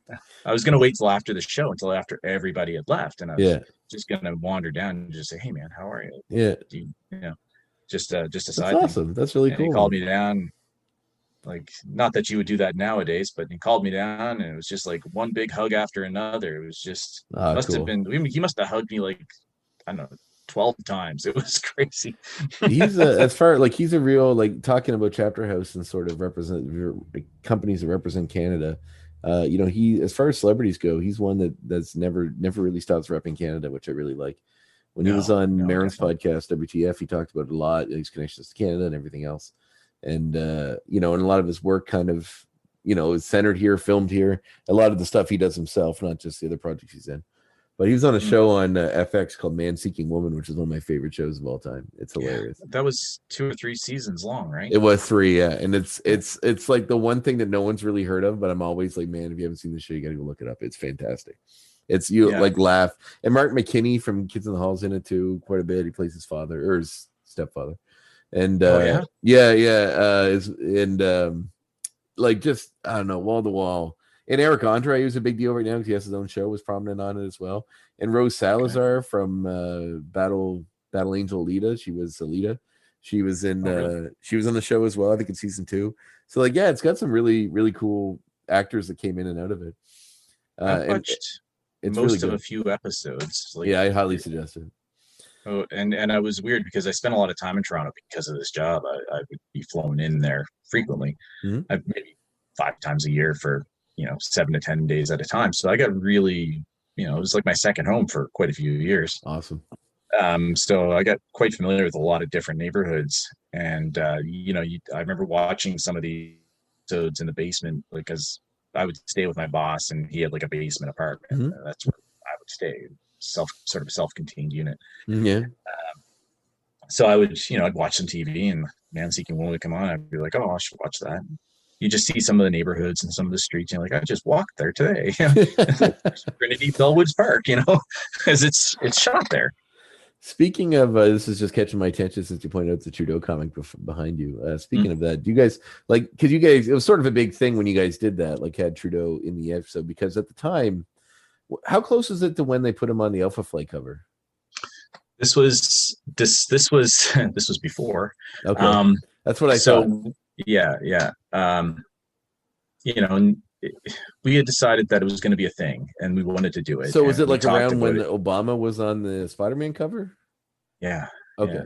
Yeah. We decided to do it right around there. Like, like Trudeau's thing.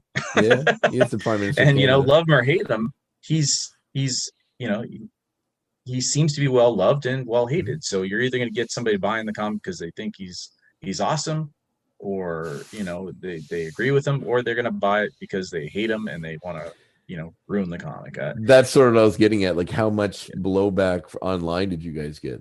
Like, it must have been ridiculous, was it? Because it seems like anytime he posts any kind of a COVID update, I mean, any world leader is the same thing. I don't know if Trudeau is unique in that, but it seems like every once in a while, when like someone shares a COVID update from him or something, I always play a little game with myself to see how far I have to skim through the comment before I find something like just truly profane or hateful or just pure vitriol, and it's like it's never very far. It's like the third or fourth one down. Which I don't get. I don't really either. It, I mean, but people I think have this their country has a very complicated relationship with oil that his father was rather vocal about and that he is rather vocal about, and that certain people, a lot of people in this country are related to that industry and are very protective of it. And because of that, it just blows back into a lot of other things. And also there's a contingent of people that think that our country is our country and nobody else should be able to come here, which is stupid as hell too, that don't particularly care for his immigration policies, which are fairly liberal. And, you know, surprisingly enough. But you know, it's just, I mean, to get into the issues with Canada as a whole is a whole other series of podcasts, but I do think he does take the brunt because he's the face of that a lot too. I mean, he's the prime minister, of course. So I mean, he's the face for anything liberal or progressive. So, did you get much blowback though, like from anybody? So keep in mind that was done and released at the end of June 2016. We were still well within his first term, right? I think his first term started in 2015, so he was rather new. So it was all, you know, well, he's got the hair, but does he have the policies? You know, So he wasn't. I remember those commercials. Yeah, so he wasn't so divisive then. So probably out of every 20 comments, you would have one or two that would be like, "Oh, this guy's gonna ruin our lives. He's gonna ruin our country. We're all gonna be under Sharia law." Sharia law. And, how's that worked out? It's been 6 years. Is that working for you? Are we doing that now? Is that where we're at? I didn't get the memo. No. Yeah, no, I'm pretty sure. I'll check my mail. You know, but it's coming any day now. It's those people that ingrain so deep into that stuff. They just can't let it go. Like no matter what evidence you show them or how much time goes by, they just can't let it go. They can't be like, oh well, maybe he's not that bad, or maybe he's not a secret Muslim that's going to turn us all, you know, or like, you know, he posted something about, I can't remember what it was. Some recent holiday went by, like it was like an Indian holiday, like for people from India. I can't remember what it was. Like you light candles or something, and he posted some happy whatever, and it's just like this mountain of that sort of stuff underneath it. I just can't. I can't anymore. I hear you, man. The internet is. It's at some point, like my mental health is just. It's worth a lot more than fighting with somebody in a comment section. Oh, I never, I never ever do that because I truly don't believe that anyone's opinion has ever been changed from arguing on Facebook. No, to me, we all have access to the same amount of information. And I mean, the internet does create echo chambers, and that's probably one of the biggest drawbacks to it right now, that if you have a shitty opinion, you're going to find someone on the internet that matches your shitty, like there's a community for you. So, you know, back in the day, if you lived in a small town or whatever, and you're a racist, you said something racist, someone would be like, that's, you know, you shouldn't say that or whatever. And the guy would keep his opinion to himself. But now you just don't want it, and you feel you're emboldened because you have this community of other racists online that are readily available to talk to, that'll, you know, just back you up and validate your shitty opinions. So it does work for good too. So, you know, if you need help, you can find it, but it's unfortunate. It's like COVID deniers. It's you know, you have 100 people, you'll have 100 doctors telling you it's real and it's dangerous, and that one doctor, like they'll say it's a hoax, and then they'll have one doctor who says it is a hoax, and they're like, every post is about this one doctor's opinion. Well, what about the other 100? Yeah, and then the one doctor that's like that one that was like the woman that was on Trump's thing, or Trump was like retweeting a bunch that was like believed like ghost semen or like demon semen was causing people to be evil, and like she was all crazy about a bunch of other stuff. So yeah, just because you have the word doctor in front of your name doesn't automatically mean you're the, you know. But that's what I mean, because people will hone in on that one person that, you know, it's like whenever someone posts something online, this drives me nuts. I know we're getting off the topic here, but have we been on topic yet? No, well, that's what I like about these things. I don't think they have to be. But the idea that, like, you know, someone online that's fairly vocal about, you know, right-wing policies or something will be like, yeah, you know, it's all, you know, the liberals are doing this, or it's all about that. You know, if you go to, or it's all a hoax. If you go to like fuckliberals.freedom/net, you know, the true answers are there, you know, it's like, oh yes. The journalistic integrity of, you know, fuckliberals.net/freedom. Those guys really got that market cornered. They got the truth there. CNN is fake news. Yeah. Well, you know, but blowback. Yeah. Blowback on it. Actually, it was it was well received. As a matter of fact, I remember that. I have a copy of that, I believe. So I remember it was a big thing at the time. Yeah, so we announced it a couple of months before Marvel announced theirs for issue number 5 of Civil War II. Like, it wasn't even a special issue. Like, it was just, you know, I Do you get truly it. believe that they just watched that you guys did good numbers on that and mirrored it, No, or is it just a coincidence, you think? no, I know exactly what happened. Oh, well, let's hear it. So I love him. If he listens to this, I want him to know that I think he's great, and I still don't, you know, I still want to be friends. But Ramon Perez had thought of the same thing, or he'd heard about us doing it and said that'd be great. Marvel should do that. Pitched it, and they took it. So it was, and then you know, of course, that was his cover, right? Yeah, So yeah, right. He did it. It was for Alpha Flight or something, right? no, it was Civil #5. Like I said, it wasn't even a special, but it had him and Alpha Flight on the cover. Right. He was like in a boxing ring, right? He was in the corner with. Yeah, yeah. I do have it. Ramon, Yeah. I bought it. Ramon, but I don't know where I put it, but I do have it. I think it's in a box out in my storage area. Yeah, I hear you. But yeah, so they did that, and you know, we sold a few thousand. They sold probably tens of thousands. Yeah. So you know, it just goes to show you they have a wider reach. They have more. Well, for sure, and they also have did like it first. And any kind of variant cover, like regardless of if you're Canadian and appreciate the thing or not, you know, people snapped it up because it's rare. Yeah. So actually, Prime Minister Trudeau. Mm-hmm. Oh, you know him well. You're on first name basis, are you? Yeah. Me Justin, and Justin. We actually didn't want to put him on the cover without his permission. Oh, so right. Yeah, so he actually, if you look at your copy in the first, I think it's 4 pages in. He wrote like an intro from him. Yeah. Yeah. I remember he wrote like a little mini intro or something about it. Yeah. Yeah, that's awesome. Yeah, I think it's 3 or 4 pages in. Well, and so he gave us permission to use his likeness. Not that we needed it because he's a public figure, but we wanted to, you know, we're Canadian. We wanted to make sure that everything was above board. That's right. You sent him we wanted him involved is what we wanted. You sent him a 2-4 and a box of Timbits for his troubles, and then everything's good. Yeah. Keep it wholly Canadian. He signed that one to me. Oh, that's awesome. To Tony, Justin. Yeah. So it was an interesting way that we got to him, though, because so Captain Canuck was created in 1975 by Richard Cumley and Ron Leishman. The base of the idea came from Ron, and then Richard basically took it and ran. So, you know, they are co-creators. But Richard pretty much is the one that's known for creating Captain Canuck. He's the one that's most synonymous with the name. Anyway, so we're like, I can reach out to his office. Like I said, I can reach out to the PMO to the Prime Minister's office and see if I can get a call back or something. Just let me know what you want me to do. And they're like, yeah, that seems like a good idea. And then someone said, well, why don't we see if Richard will call? So Richard called the PMO's office and said, this is Richard Cumley. Can I speak to Justin Trudeau, please? and they're like, sorry, who is this? And they're like, Richard Cumley. And creator like, Captain Canuck didn't get him in the door. Yeah.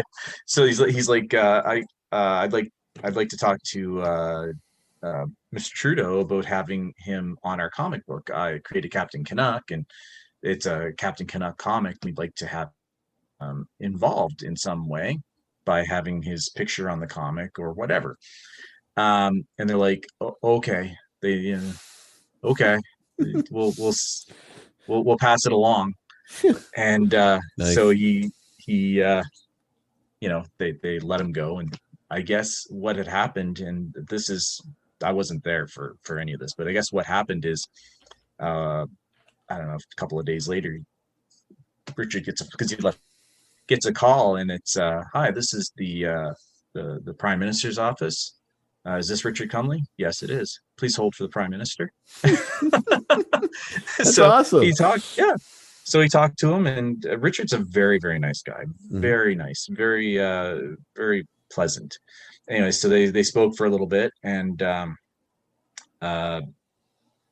just trying to remember back because it was like 2015. Richard spoke to him, and he said, by all means, yeah, is there anything else I can do? And Richard's like, well, do you want to write us something for the book? And he's like, yeah, I'll write a letter for you, and you can put it in the book. I was like, oh wow, okay. It's like, Wow, passed that that's along. so I was cool. like, that's That amazing. like go out of his way to do that for you. That's Yeah, fantastic. and it's not exactly a short letter if you see it. No, But yeah, it's in that book. It's amazing. And he gave us, he gave us his nod for the photo for the cover. hmm And the story goes that I guess somebody from Marvel reached out to him about the Marvel issue, hmm and basically he said to them that he'd already given his permission for his likeness to be used on another comic book, and he couldn't do so now. But really, of course, public figure, they can use them they just anyways. did him anyway. Yeah. So Wow, he that's didn't say super no. cool. Yeah, He just said, "Well, I can't give you my blessing to do so, yeah. but obviously I'm a public figure. You can do whatever you want." But that's how the story went, anyways. Is that they reached out to let him know they're going to use him on the cover. He's like, "Well, I can't give you my blessing or my permission, but Mhm. because I did that for another Canadian comic company, so That's it's super pretty cool. cool." So, yeah, Yeah. there you go. Another guy touting Canadian. That's what I want to hear. Yeah. Fantastic. We try. Well, But Jay's a good guy. It's I enjoyed working with him as much as I could, and he's his stories are actually really good. The year one and the invasion story I've read in a long time. Hmm. If you get a chance to grab that, it's I think it might be coming out in trade by next year. I was going to say from the start of when they rebooted everything kind of back then, is it all collected now and continuing? It's continuing on in single issues, but Yeah, so the first 2015 series went to 11, Mhm. and then they restarted it with another number 1, but keeping the legacy number. And if as they went through issues, so seems the to be a legacy popular number. trend now. Yeah. Yeah. So we kept the legacy number, but just started over at number 1 in 2017. Mhm. And so the first 2 volumes, Aleph and Gauntlet, that's the first series that's collected. The third trade is issues 1 to 4 of the 2017 series, and it is called, I remember that. It's right here. Harbinger. Oh yes, okay, Yeah. fantastic. Well, And then year 1 and Invasion will be collected later, and then there's a season 4 that will be collected as well. So there's over 30 issues of the modern series. oh, fantastic! So not an inescapable hill for someone that wants to get into reading it to find. No, and the Sometimes trades are it's fairly tough to get new people into books if it's mountains and mountains of previous books to find and read. Yeah, and they're all numbered, so it's easier to sort of go through it. But Oh, you fantastic! can just pick up 1 and it's a complete story. So you don't have to pick up number 1. You can pick up number 3 and read it. Well, it's nice that there's still some people out there waving the Canadian flag for some homegrown Canadian content characters like Captain Canuck. Yeah. So cool. Well, thank you very much, Tony, for joining me. We're done. I think, unless you have more you want to discuss. I wanted to pimp some books. Oh, we'll go pimp not away. Mine, but no pimp. So, please do. Like I was saying, I do work with Chapter House, and there's some good stuff coming out, particularly this one sci-fi book called Home. That's the one I did the 2 volumes of. It's great. It's kind of like a European sci-fi. Like sort of Jodorowsky stuff with Mobius, that kind of stuff. Little bit or Valerian, Valerian, yeah. It takes place on a like a generation ship. Okay. But also intertwines with some kind of jumps back and forth through its timelines. Super cool. So it has like some stuff that takes place on a generational ship, stuff that takes place on another starship, stuff that takes place on a planet. Sort of has a connecting rod between all of it. Really, really good stuff. When it's available, I think people should pick that up. But I've also been I worked with the Sandstone guys a little bit. So I've worked on Century Man with Sandy. I have that right here somewhere. I think it's right here. Yeah, that's in my read pile. I have those ones as well. Yeah. Yeah, and Indestructible with Robert Doan. Oh, very cool. Yeah, so I didn't work on the first book, like Sandstone Comics Presents. I didn't do any editing there, but Sandy was nice enough to have me along for the trip on Century Man, and Robert invited me along on his trip with Indestructible. So that went through a Kickstarter. I want to say this time last year. Mm-hmm. I'm terrible with timelines. That's all right, no worries.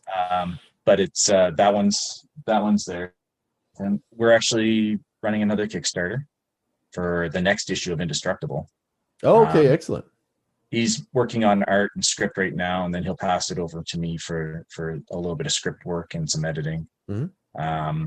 And then we'll get to work on pages. But I think the Kickstarter starts on Tuesday. Oh, excellent. Okay. Well, this will be out on Saturday, so we can definitely get the attention out there before that. Yeah. So you're going to be out on the 28th? Yep. Yeah. So it starts, which is the Tuesday. And if you're not familiar with Indestructible or Sandstone Comics, which I think you Sandy was on here, so yes, we are. Sandy. Yes. So they probably have, if they haven't picked up any of the books, they have a passing understanding of what it is they do and who's involved. But come Tuesday, that Kickstarter will start, and you'll be able to get. Obviously, you don't have to you'll be getting issue number 3, but it's they can get. I think the Kickstarters usually let you get the first couple in there as well, and some of the stretch goals. I actually just got Sandy's new comic that he kickstarted there, the one he did the art. The horror comic. Yes, Dark Sanctuary, I believe it's called. Yeah. It's funny because I had this running gag. I don't know if you saw on Facebook, but when I kickstarted Troy's one for the Angor napkin, I got the option that had him and I got Brenda's book as well because I didn't have that yet, the Halls of the Turnip King. So in the special instructions, I said, please send a sexy photo of Troy, and then they send this along. Right. So then when I was filling out the fulfillment survey after Sandy's, it still said it keeps what you put last time, send a sexy photo of Troy. So I just changed Troy to Sandy, and then when I got it, Sandy sent me this, which he just photoshopped his head on the creepy lady from The Shining in the bathroom. Oh, right. I think this might be from Dr. Sleep specifically. I don't know if it's The Shining or Dr. Sleep, but I'm not sure, but it's creepy, isn't it? I'm a little scared about framing that one, because I'm not sure what I do with it. Besides my dreams at nighttime. We have such a great community in the Atlantic provinces, really Maritimes even specifically. Like the talent here is just bar none, like some of the best in the world. I agree. And let's face it, some of them are just the most friendliest in the world too. So. I know, it's such a great, like, just these conventions. I'm really missing just hanging out with some people at these things, and not just for the selling art and stuff that I used to enjoy doing, but just the community, hanging out, having a beer afterwards. Some of my funnest times hanging out with you and Nick and Andrew and stuff after a show, like after the East Coast Comic Expo, I hung out with you and Derek and Andrew. That was fun. Yeah, that was a good time. It was a good time. Yeah, I worked with Andrew on his book too. Adam. Right. Adam. Issue 5 and 6. He must be fun to edit. It's 6 is a mostly silent issue, I believe. So it was a little bit. He did enough said.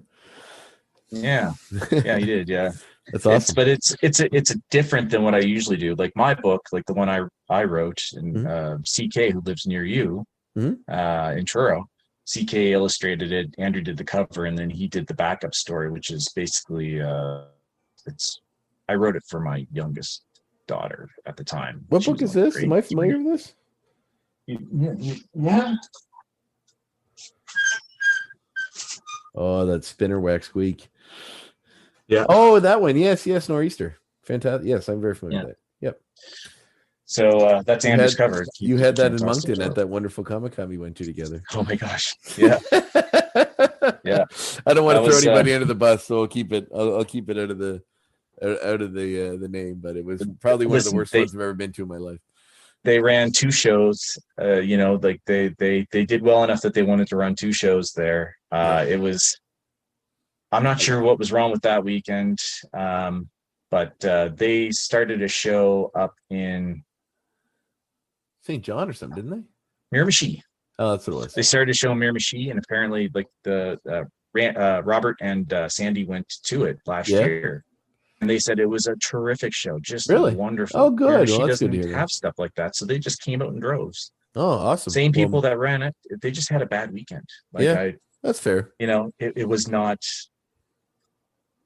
it was not as expected, that last one in Moncton, but the Miramichi one, like next time they hold it, it'll probably be just as good as it was when and that's why I don't want to, because anybody trying something, if you like cons and you want to do one, like I can't fault anybody for wanting to try to make a dream come true, whether they succeed or not, they tried. So, it was, and I had fun for the weekend. So yeah, I plan on going up for Miramichi next time they have it. Yeah, I will. That'd be fun. If Sandy said it was great, then yeah, I'm down.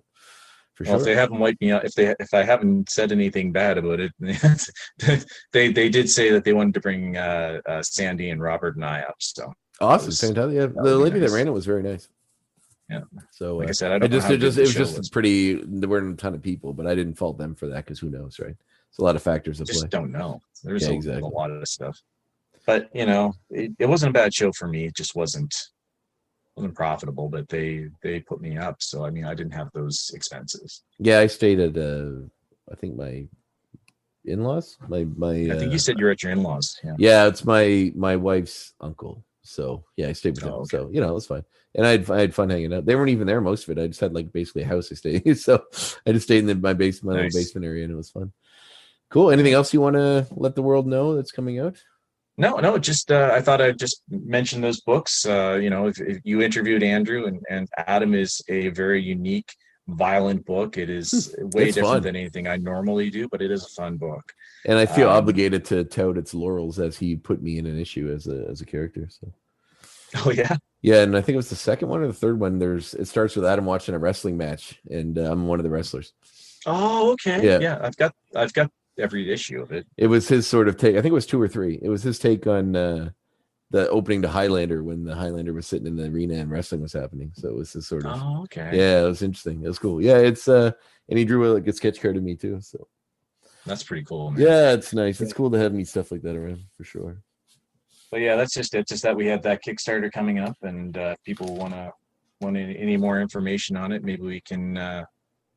Absolutely, I will. If you want to pass that along to me, I'll make sure to feature it on the social media and share it around. Sure. Yeah, Robert's a really talented illustrator, and his stories are solid. Like the last one was really great, and I enjoyed working on it, and I'm looking forward to working on this one. Awesome. But I kind of really enjoy working on the local stuff. I don't know. It's not like I was working, Marvel and DC and working on high profile books or anything. Working with like local creators on local things is really well. I've been kicking around the can for trying to do a down to one graphic novel. So maybe we'll talk because I wouldn't mind having a good editor check it over when I'm done. Sure, love to. Awesome. Like I said, it feels not that it feels more rewarding, but it does feel rewarding. It just feels more. I don't know. It just feels like it has a little bit more texture to it. If that makes any sense. It does because you're helping people. It's not faceless people or.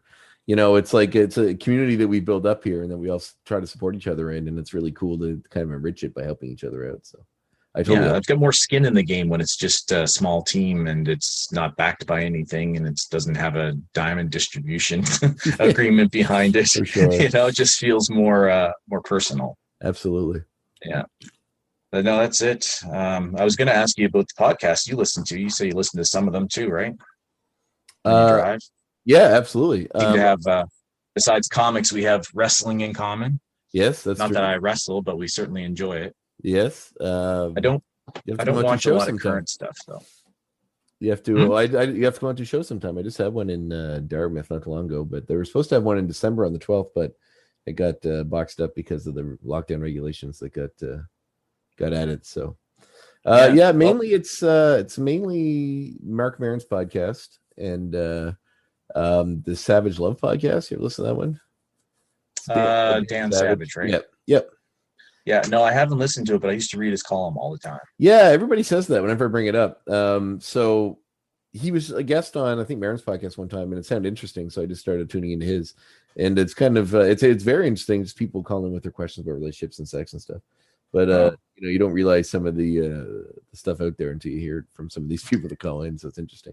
And mainly, I collect Blu-rays, like collector's editions of movies and stuff. And there's a Arrow Video Podcast, which is an English company that puts out all these fancy collector's editions of movies. Oh, okay. A couple guys that sort of review each of some of the releases from this company. So I listen to that one quite a bit as well. And I'm really behind, like Under the Influence and some of those CBC shows I want to, get back to. Yeah, there's a couple of CBC ones I listen to periodically, but I can't remember the names of them because they're not the ones I listen to every single day. Yeah. There was one that was about Nexium. It was a CBC podcast. It was about Nexium that I guess it's a cult, sex cult. Oh yeah. That's the one that the guy just went away from, right? Which is another story. Yeah.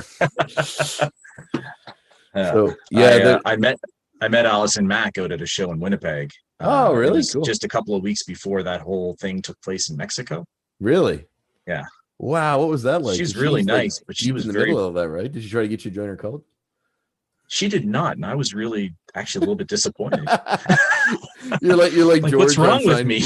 You're like George on Seinfeld when the cleaning people in his company were like an obvious cult, and he was upset that they never tried to recruit him. Yeah, she's out to lunch, eh? Yeah, well, she was. I found her very nice. She was very nice, but she seemed very distracted all weekend. She was on the phone, and she always looked like she was into something serious. But she did come in and sit down and start talking to me in the green room once, and it was quite nice. She was charming. I don't want to comment on somebody's looks, but she was charming, very pretty in person. Mm-hmm. Like she was just really nice, but she seemed like she was really distracted and on her phone a lot and seemed a little bit upset. And then she disappeared, I think, on Sunday. I don't know if she was meant to be there on Sunday or signing and then took off, but something was going on at that time. We sat at we had dinner. I had dinner with somebody from the show, her, Renee. She played Gabby on Xena. Cool. She was talking about a delight. Yeah, just awesome. I love Xena. She was very engaging. She talked to me the whole dinner. I was sitting. Oh, that's awesome. She was just chatting the whole time. Just lovely. Just such a lovely person. But so that was my story. Just because that was just like a week or two before everything blew up, and they had that little thing where he got arrested in Mexico, and he got sentenced like 120 years in jail or something. He's gone forever. I'm not sure, but I think I don't know if her sentencing came through or not, but I know she pled guilty in a bunch of stuff. So yeah, I'm not sure. But that podcast that the CBC did for Nexium, amazing, and I have another one lined up here to listen to that's about it as well. I listen to a lot of wrestling podcasts. I'm not currently not into current wrestling, but I kind of, it's more the vintage, like the Jim Cornette. I do listen to the Jim Cornette Experience on occasion. 83 Weeks with Eric Bischoff. Oh yes. Something to Wrestle With, Bruce Pritchard. That actually, I've never listened to that one. That sounds like it'd be a good one. It is a good one. It's really good. So the same guy sort of hosts 83 Weeks, Something to Wrestle With, and JR's Cooking with JR. I can't remember, but it's JR's podcast, whatever it is. Oh, very cool. And I was listening to Stone Cold recently. Yeah, you got to get this Kurt Angle one. I haven't caught that one yet. No, I didn't. I listened to his Hulk Hogan, his Pat Patterson, his FU, I'm a heel one. So. That's awesome. Yeah, whatever JR's is. I think it's Cooking with JR. Very cool. Grilling with JR.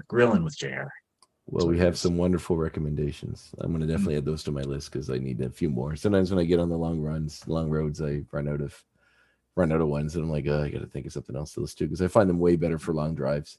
Like I drove to Montreal and back for a con one time, and I listened to nothing but podcasts the whole way there.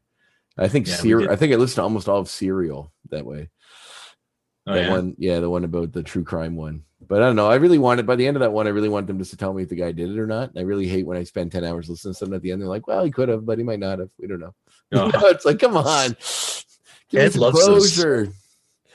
Ed loves those crime podcasts. Just loves them. I need closure. Yeah. Cool, unfortunate because we're in the city and I get to go out and have a drink every now and again with Ed or Jed McKay. I want to have Jed on here someday too. Yeah, I really do.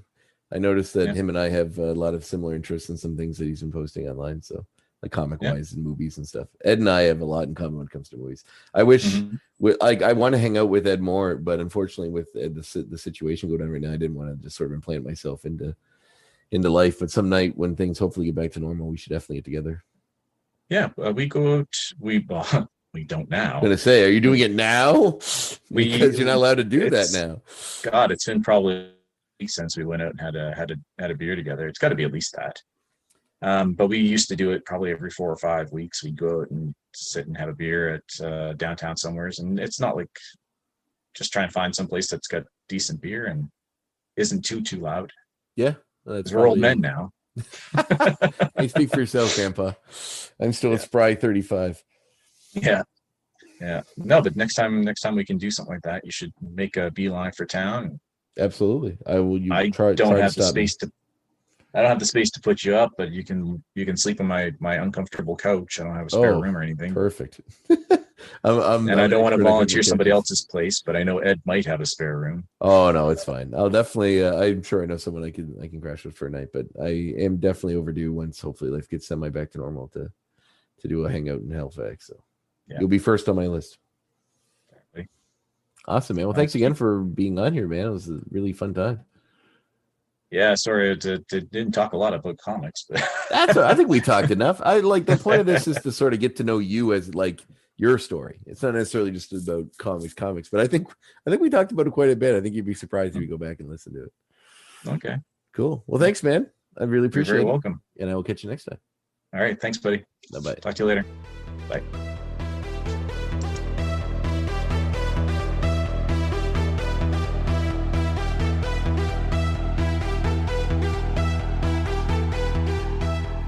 That was fun, man. Wasn't it fun? I really enjoyed that. Tony, hope you're listening. I hope you enjoyed as well. I know you're a fan of the show, or rather, you listen to the show. Hopefully, you're a fan as well. Really glad we could have Tony on, and I really like that. I thought about editing it, so it was a bit long, but man, I don't know. Like, I really love just having these long-form discussions, conversations with people, getting to know them, getting to know their insight, and I feel like listening to that can give you some great knowledge about what a person is like and how they think and how they work and also efforts into their work as a whole. And I really feel like I kind of captured how much of a generally down to earth cool guy Tony is. It's like super cool. So I'm just really glad he could be on the show, and I'm super excited to bring that to you. So I hope you enjoy it. I hope you're enjoying the holiday season, and I hope you're staying safe if you're in my area. I know COVID numbers have risen a bit, and they've done a bit of lockdown in Halifax and stuff, which I believe Tony and I discussed a little bit.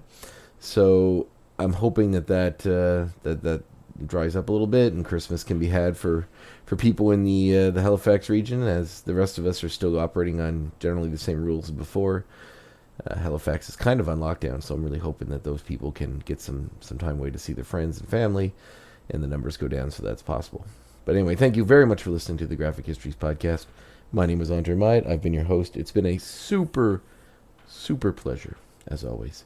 And I'll be back next week talking about one of the Suicide Squad members, going to be featured once again in James Gunn's Suicide Squad.